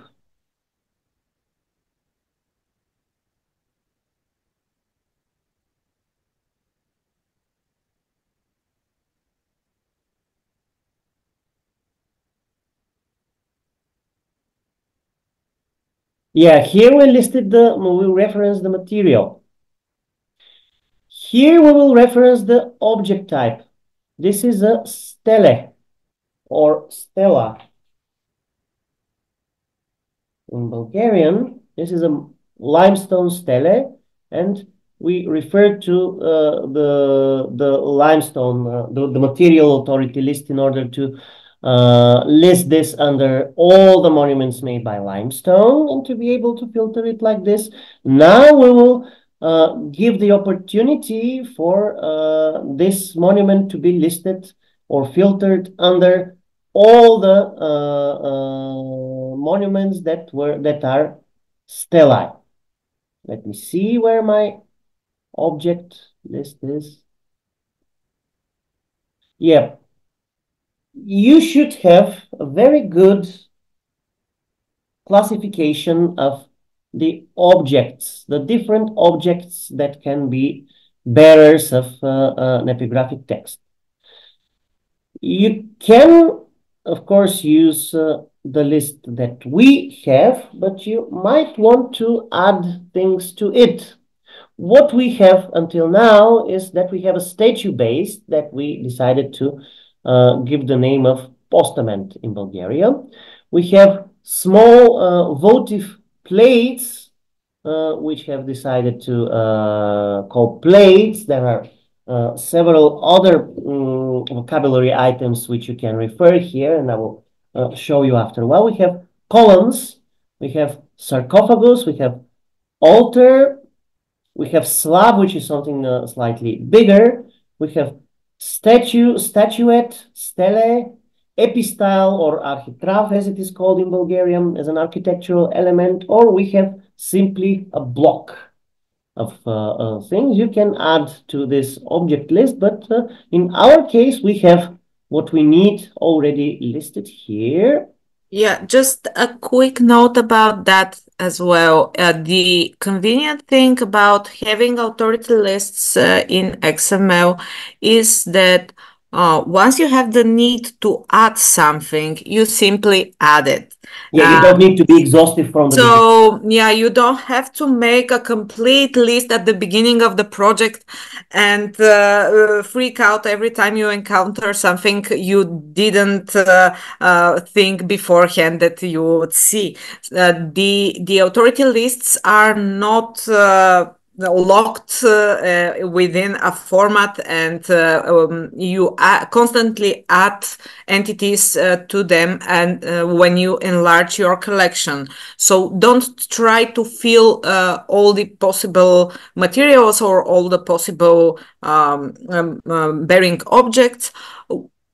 Just do it along the process. It will be much easier, and yeah, well, the only thing about this adding in the working process probably is that you have to have very good the team communication. Otherwise, you may double information within the authority lists, especially. As you see, we have done this. Probably Yeah. 2 people have entered the entry for Calandion. I hope that we have referenced this only once, but yes, you can always go back and clear it. Yes, no, sorry, I'm interrupting. No, that was exactly my point, and especially with persons and personal names, because sometimes you just give an ID that isn't intuitive enough, and you may confuse the other people working on your project. So it is a great plus that you enlarge your authority lists working on your corpus, and you don't have to have them beforehand. But the minus is that you have to be very diligent in adding new information in a way that it won't copy something already existing. That was the thing I wanted to say. I'm sorry for interrupting you, Mitko. Yeah, of course. But yes, in addition to what you just said, at the beginning of our Telemon project, we did exactly the opposite, but I think that we're good now. Together with Professor Mirena Slavova and Dr. Nikolai Sharankov, they have done before this a really exhaustive list of document types that we have. You don't need to do this, and probably it helps if you don't do it from the beginning, because you probably would be paralyzed by the different decisions that you will have to take without knowing if they will be suitable to your material or not. But we have done this for our document type, and we ended up with a pretty exhaustive list of document type, something like 20 items here.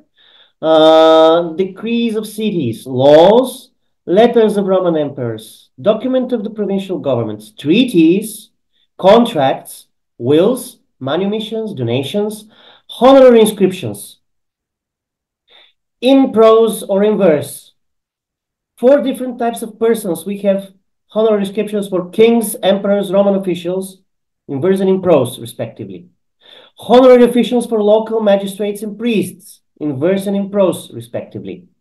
Honorary inscriptions for soldiers of the Roman army, in verse and in prose, respectively.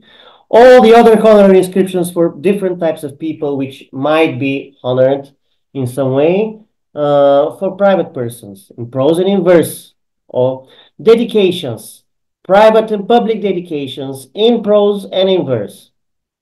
So we have 4 categories for dedicatory inscriptions themselves. Funerary inscriptions in prose and verse.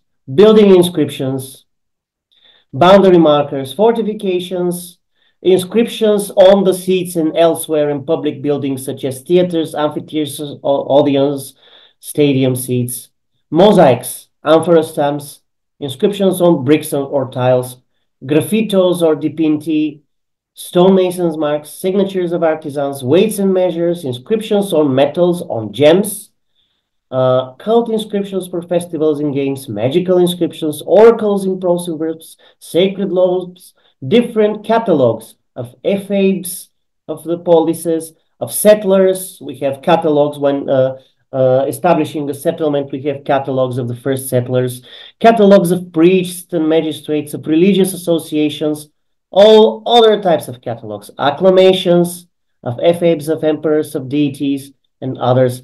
And this is a very exhaustive list in which now we will try to find the place of our inscription of these people. Okay, what about our inscription? As you saw, this is in MS Desk after MS Identifier. The second thing that you have here is MS Contents, which has a summary, and inside the summary 2 segments, which are executed in Bulgarian and in English respectively. And we have here what is funerary inscription prose. We have whatever was this called in Bulgarian, not groben natpis, prosa, okay.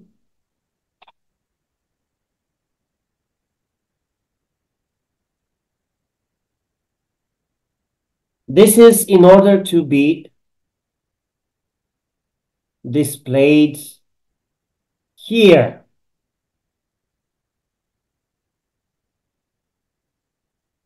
The string in natural language is because we want to have this displayed here, but in order for it to be listed in our indices and in our filters, we need to refer to this in our document type thing. Here I have downloaded, we have something that you have to pay attention to. Now I'll give the reference just for the sake of the example, but I want you to bear in mind that here I have downloaded the document type file 2 times by mistake because I didn't see it downloading the first time. And here we end up with a different file name. Now I have document type 1, but you want to refer to the exact file that you have that lives here. You give the exact name of the file that lives in your authority files subfolder in your XML file folder in the front end that you'll be using. It's the same in Ajax, as you will see, and that probably you're already seeing the online distributions of Ajax. It is already in the same in all the other ones. In FS, it has in this XML part, it has similar architecture. You usually have all the XML files, authority, and epidoc folder, which is for your individual inscriptions, and they refer to each other. In each of these files, you have references to each of these files, depending on your, and you also have the images in another folder, and you store your image files here, and you reference to them in another part of your monument. So here you must refer to precisely the file which is called document type XML. And what do we have here? So we're searching for funerary inscription prose. Okay, where it is. Okay, here we also gave file names of XML IDs, which are gibberish, but I'll simply copy this, document type XML, and there you go. So now you have almost all of the references to authority lists that you will need. Yes, you have the origlock, you have the find spot, you have the document type, the object type, the prosopographical reference, the onomastic reference. What about the name of the this person's wife? That can you here tell me what to do, or we should leave it up to you to repeat what I just did with Caius Cassius Felix? What do you think? Okay, so we need to, in our onom list, we also need to fill in the items for the names of this girl, Cassia Lacaina Lacena, and also put the name Cassia Lacena in the list purse index. Should I leave it up to you to do it by yourself, or should you tell me what to do and I will repeat after you? So what do we need to do first here? Okay, we can start with whatever we wish, with the onomastic or with the person.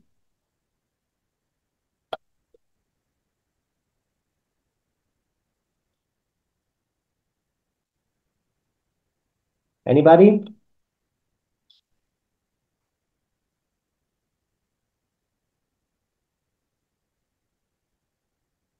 Okay.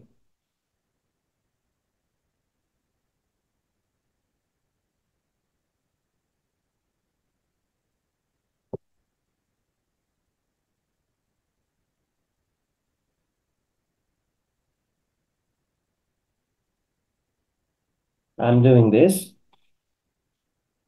but I strongly suggest that you do the same as me.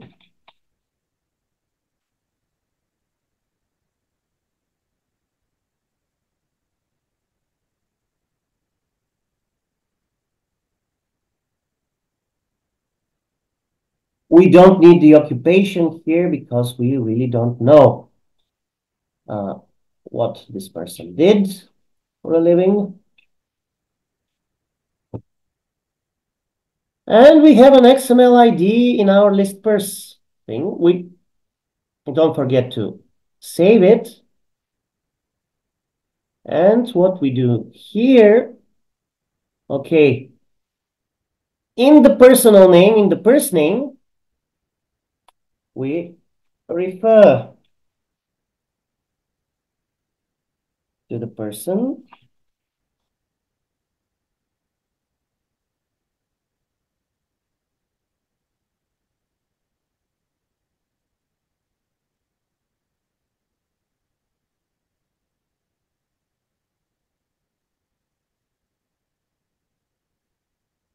Yes, now it's better. And now we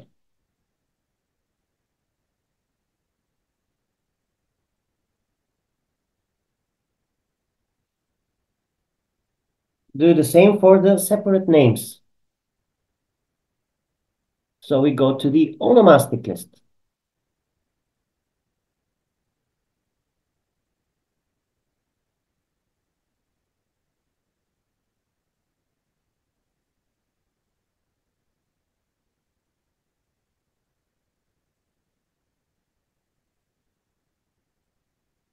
Why? Hmm? Will not.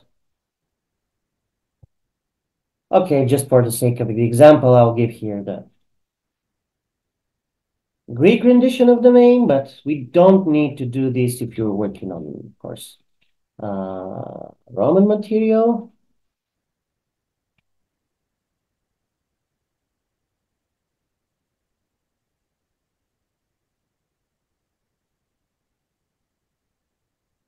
And you see, yeah.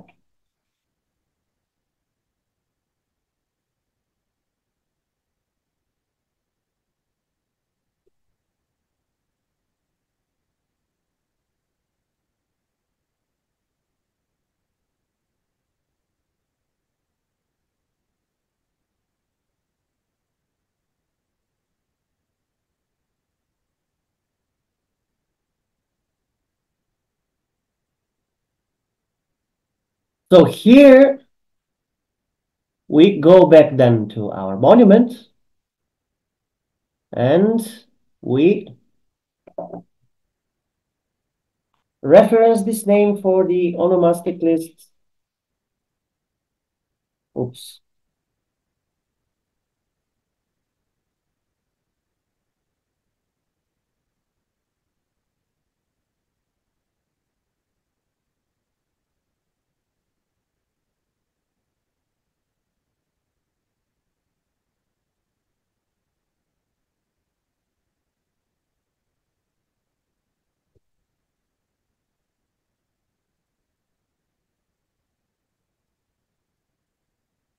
And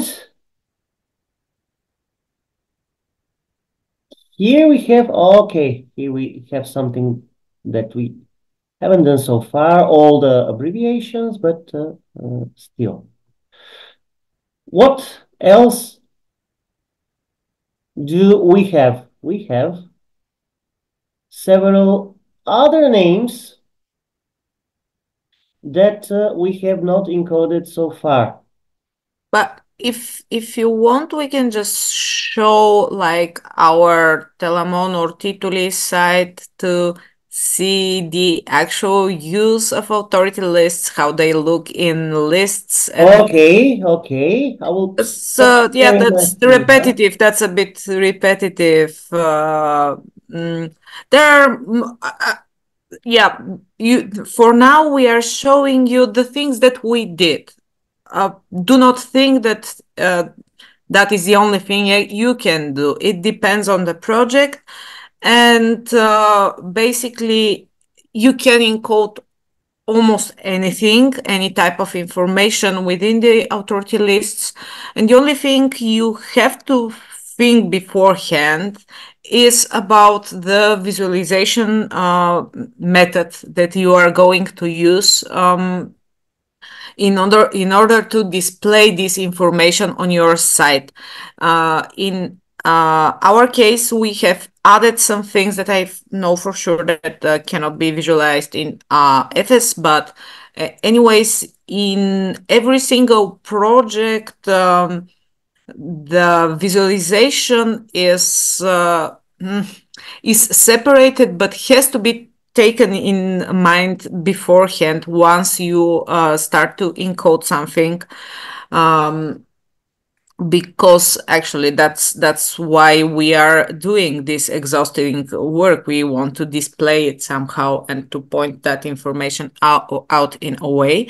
And now I'm going to share a screen as soon as I Uh, find that. okay, you want to take this, or I can show in the meanwhile, and I will leave the final part to you to show via Wikidata Prosopografii Imperiei Romani. Do you want Uh, to do so? I the Wikidata. Yeah, I, yeah, yeah. I would leave Just that to you. okay. Just for yes, several other things for the sake of completeness, and then I will leave it to Elina to show you how it looks on our sites and why this is important. Here is the lexicon of Greek personal names, which with its new site, with searchable database, that works with Greek Unicode, and I will show you now.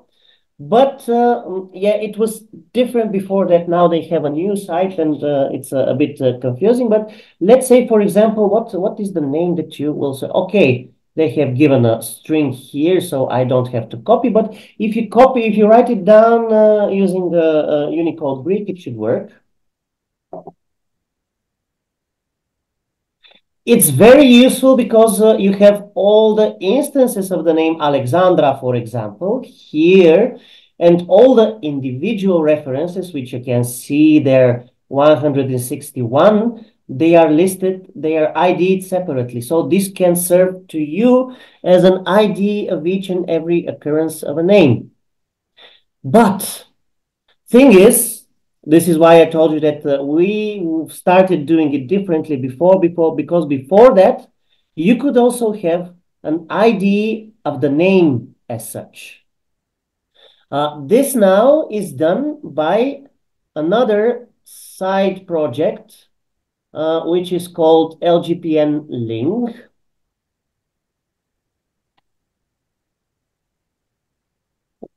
I'm gonna search for this.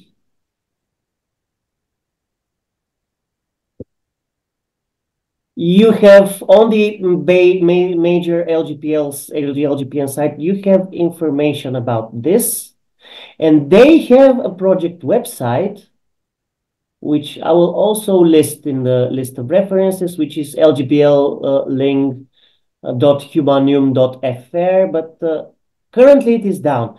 You are supposed, as I'm told by the LGPL link staff, you are supposed to link to the canonical form of the name itself and not of the separate occurrences of the name within the epigraphical database of LGPN.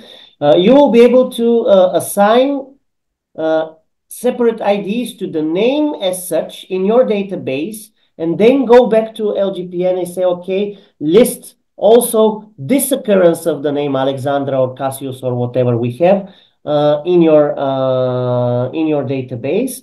But currently the LGPL link site is not working, so we're not able to do this. But ideally, you will probably be able to do this as a reference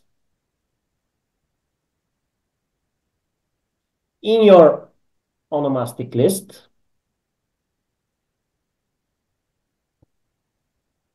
Here you can give, for example, you should be able to give a ref element or the, okay, whatever we had for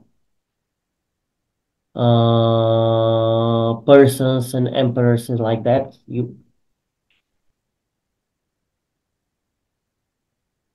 Let me see.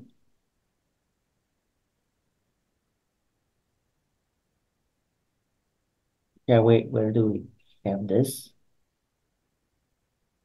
In the list emperors, we do have this, I think.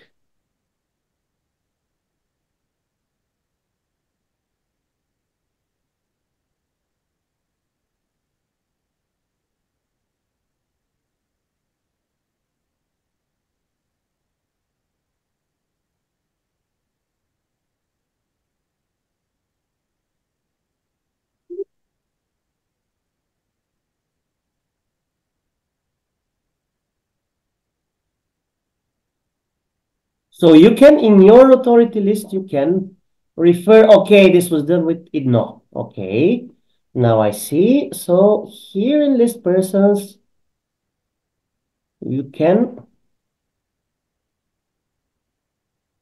refer to a person with IDNO, which stands for identity number, and you can give type to it. And you can refer to it in various ways. For example, you have VIAF here. VIAF stands for, this is one of the most exotic, stands for Virtual Internet Authority, International Authority File, and all your emperors and all your historical figures which are prominent, you can find here. for example.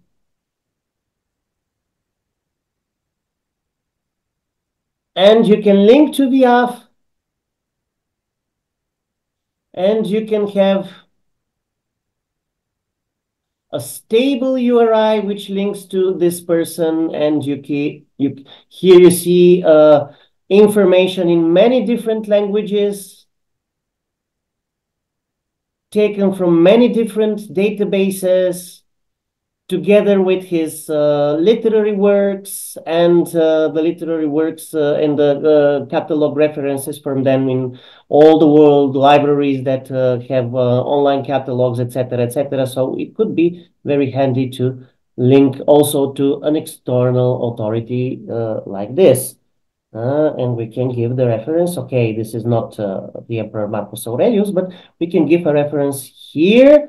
The same thing you can do with Wikidata, which is also a very exhaustive and very not in Wikipedia, but in Wikidata.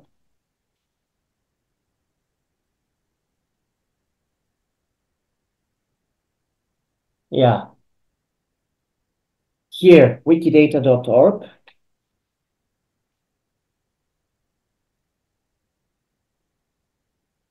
And you have a unique reference, which is, this is Wikidata Q1430. They all have IDs like this, and you can also refer to them. So this IDNO can be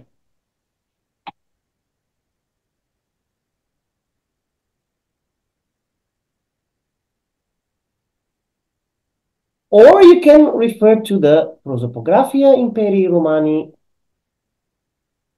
But in the Prosopographia Imperii Romani, you don't have more than a partial information.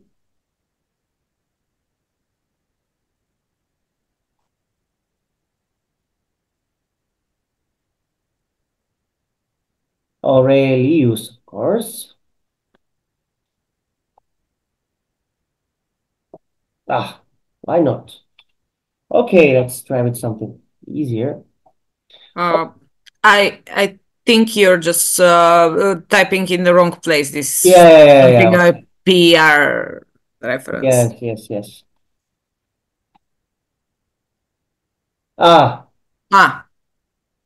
Okay, I'm not sure what's going on, but ideally you should be able to refer not by link, but you will be given a Prosopographia Imperii Romani ID number. It will be PIR 1.33.0 or something like that. And you can also refer to it here as IDNO type PIR if you wish so. For the time being, I don't know what's going on with the search, but you can try it yourself.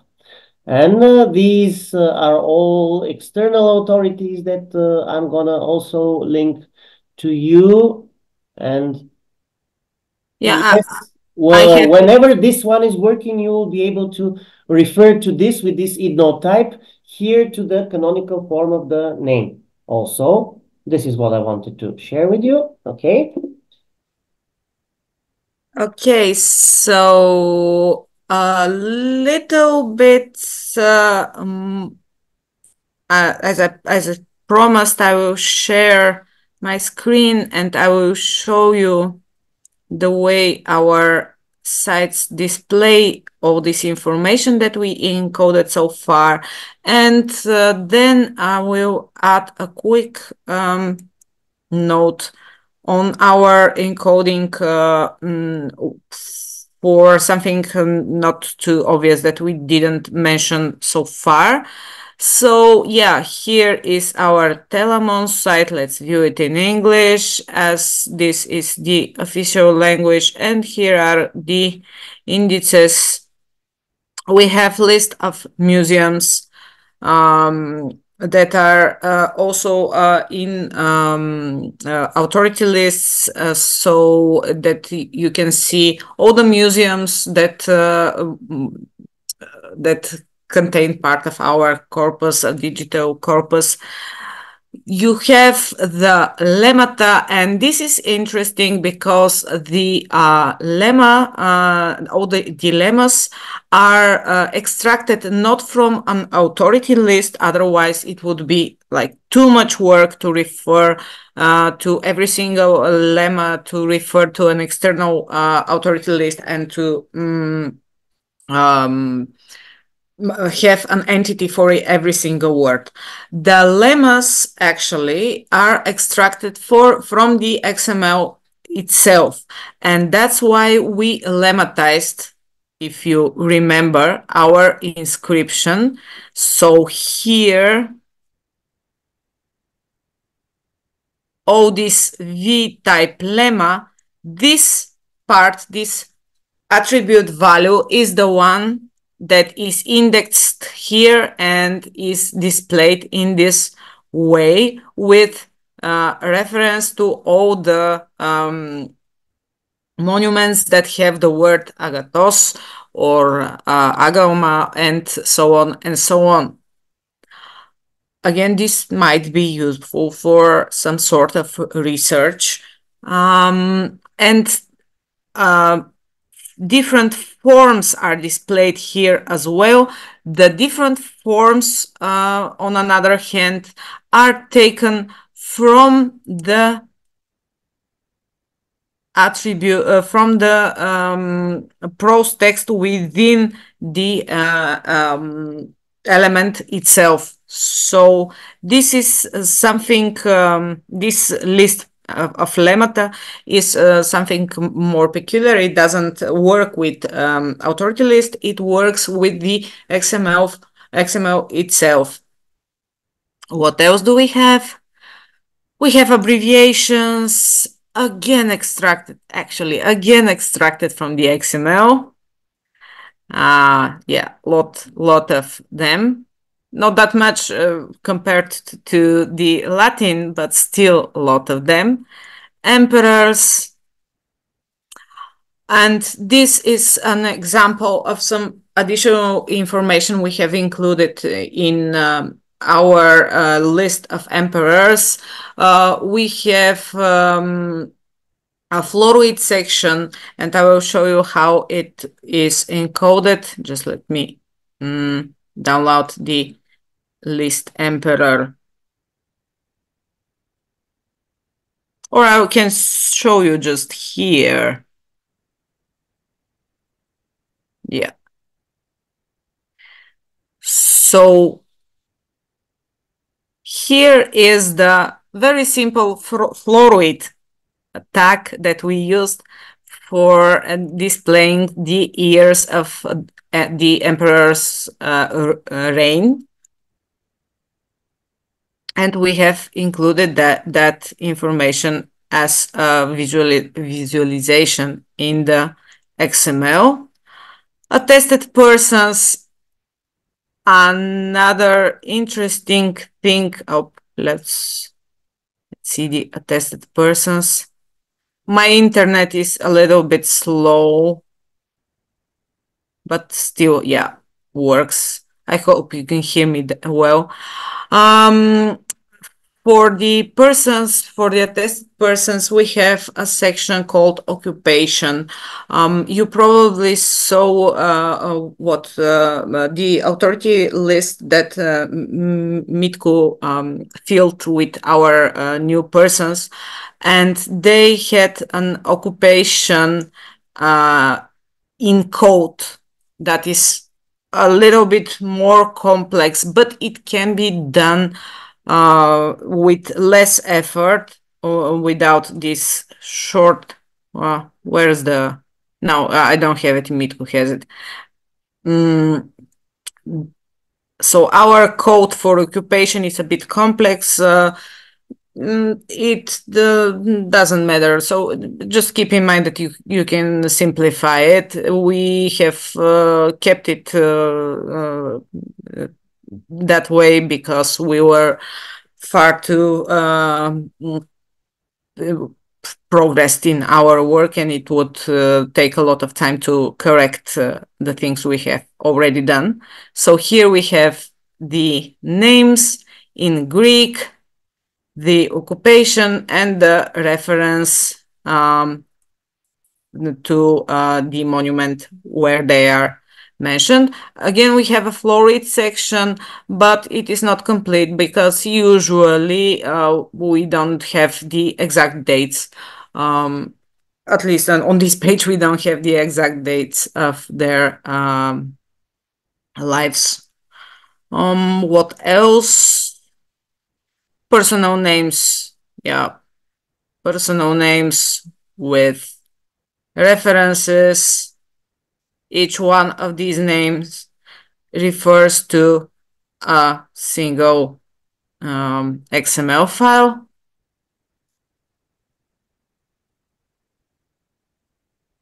Officials,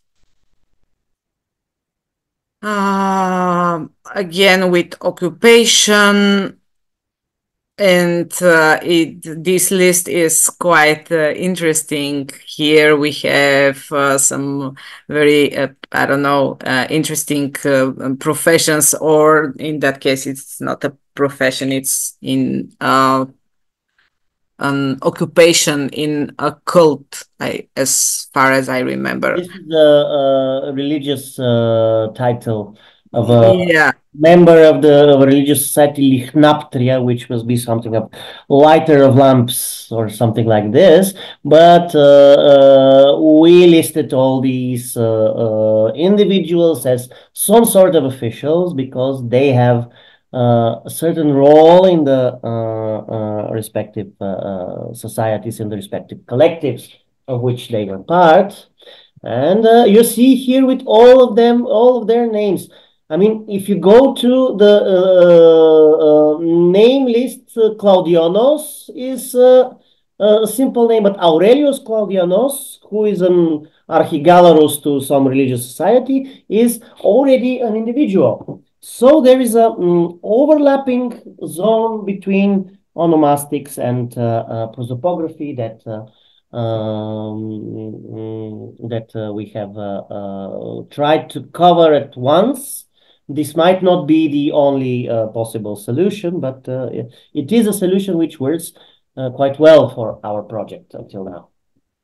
Yeah, and this is another list that probably is interesting. Oh yes, oh yes. This How to is deal with the local deities or some other not necessarily local deities from imported from Phrygia, Egypt, and I don't know where, who were associated partly or wholly with some Greco-Roman deity. And what do we do with the Greco-Roman deities itself? Which exists in at least several separate forms because Zeus is not at all times and in all occasions to be considered as absolutely equivalent to Jupiter or Jupiter because they can be very distinct Greek and Roman rites. Rituals, rites as in rituals, in which these deities are worshipped. We have a lot of instances when there is a remark, Graeco ritu colitur. It is an object of cult in the Greek manner. So yes, here we have this, as you can see, additional columns here. But yeah, Elina, sorry to interrupt you. You can probably say more about that. No. That's you're saying exactly what I had in mind. So here we have this column that states just "see also" because Kendrisenos or Kendrisos can be linked to Apollo, but is not necessary the same thing as Apollo. So it is in the code. I have downloaded the code. In the code, you have this Sgulamenos, same as Apollo, because the code language uses same as. But in the site, we actually don't say he is Sgulamenos is Apollo. We say see also Apollo. It might be linked to Apollo, the Roman god. So, the Greek god, sorry. And what else? Divine mentioned places, fairly small list. Ah, surprisingly big list of, places mentioned within the text. Sometimes with its location, but sometimes without, because Argebadon obviously is not a place with exact coordinates, or we didn't know the exact coordinates. Some of them are probably just, yeah, something we have to add. But anyways, these are the places mentioned within the text, and here you can see. Just let me show you.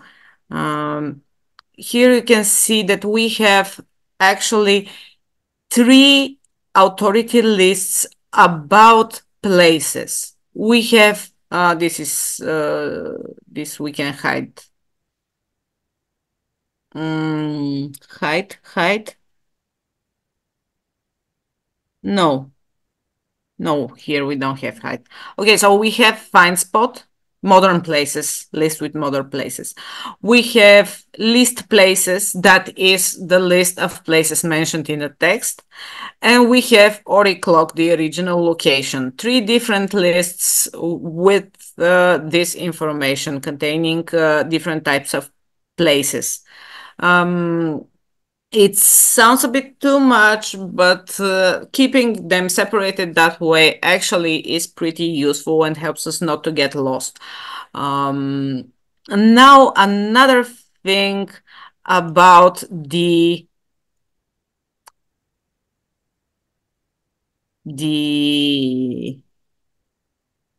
lemmata, the personal names. Yep.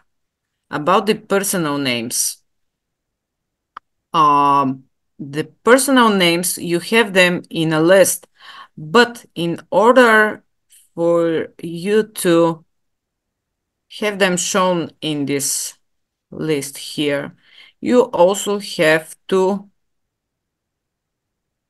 give them a nimref, and that's exhausting. That's a bit exhausting, but anyways, let's see. Here we have the Cassius, ne, Gaius first. Yes.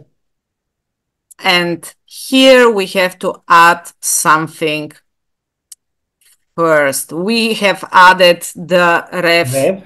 that is Do you on. do you want me to give you the file with Nah, it's not necessary. And not dot xml hashtag Gaius, but that is not enough. Okay, that puts our Gaius on the list, but we have to do one thing more.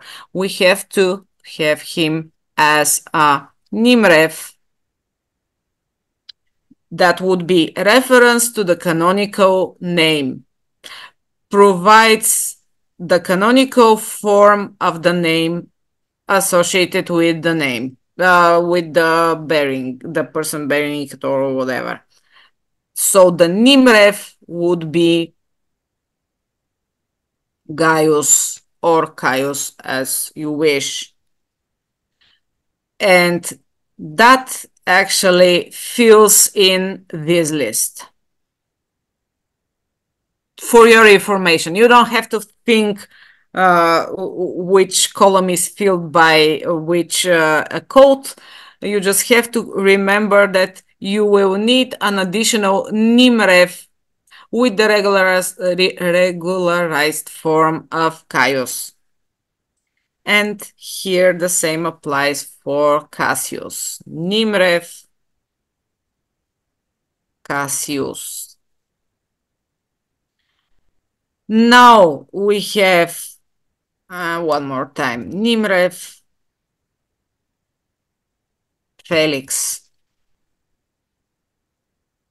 So this person has all of his names in their regular forms listed and linked to the authority list of personal names. But still, we have one more thing to do, and that would be to treat him as a person as he is and give a Nimrev with all his three names. That would be Gaius, Cassius,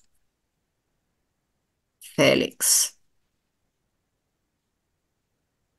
I hope you're following me because, yeah, this may seem a little bit excess work, but actually, that is just how the XML works, the epidoc schema works for visualizing these regularized names.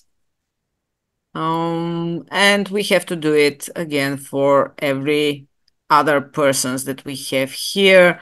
Kasia Latsena, per instance, Nimrev, Kasia,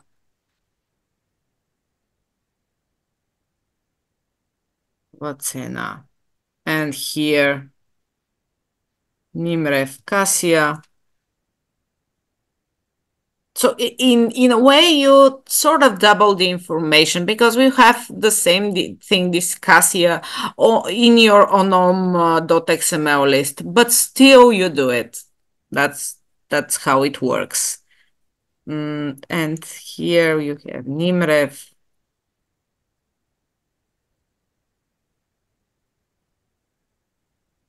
Yay. Anything else interesting? I'm not sure. For now, that would be it.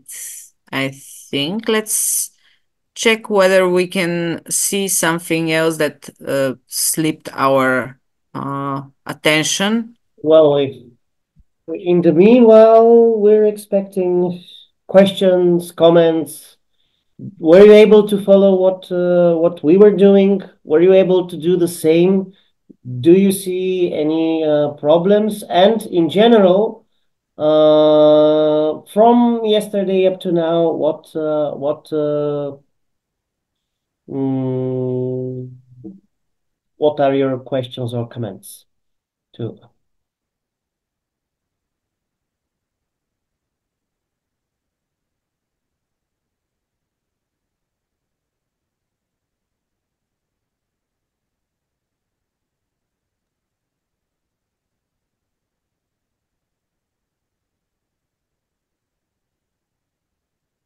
Okay, nothing, nobody, nothing. Is everything Nothing. clear? Nothing. Everything is clear. Perfect. It will be interesting when we reach the visualization part. Yeah.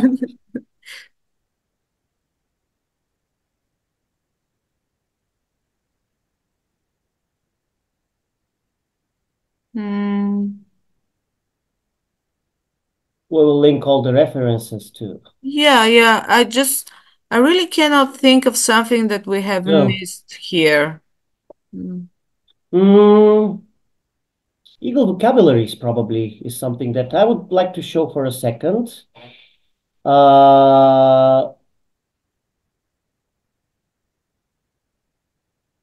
let me see where they are and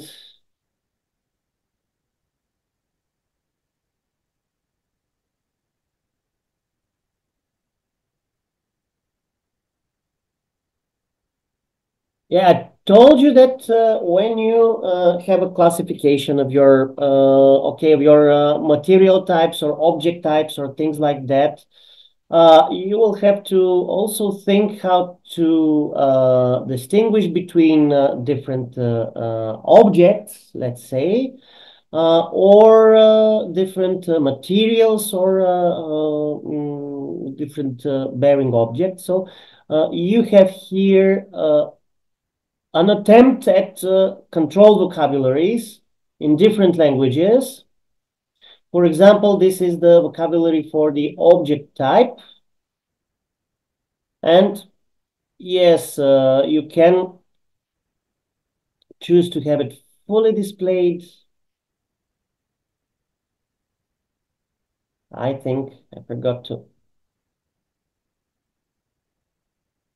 where this is done from. Show all terms, yes. And here you have everything. It's a bit hard to work it, and it's not always as consistent as they aimed it to be at first place. There are terms which are repeated. There are terms that have more than one designation in English or German or any other languages. But it's still good to use. Here you say for ampulla, you have in Italian, you have at least two listed terms, bottiglia and borraccia, and go figure what you want to use, but you can at least choose from difference. You have flasche or flask in English, angio in Greek, lekitos also in Greek, lekif in Russian, which is also obviously referring to lekitos, which probably could also be somewhere else under its Greek name. For many of the things, you also have references to all to other controlled vocabularies. For example, the vocabulary of the Getty Museum for different archaeological objects, or vocabulary of the Arachne network, which is something that was done by the University of Cologne in cooperation with the Deutsche Archäologisches Institut. And they have also a type of classification for the different archaeological items and architectural elements and things like that. So it's interesting to go and look at this, and probably you can use it as some sort of reference also to your object types and or document types, or other things such as execution techniques, decorations, etc., etc. But as I was saying, it's probably not entirely consistent, but still there are some things that you can use from here and make sure that you're consistent all over your vocabularies and distinguish between different object types or execution techniques and everything else that you want to have an authority list for or a vocabulary list for, and use the same name in English and in your native language for the same type of object that you have. Yeah, we will also list ego vocabularies from here on. And yes, okay. Something else to add? No, we'll start with front end and visualization this afternoon.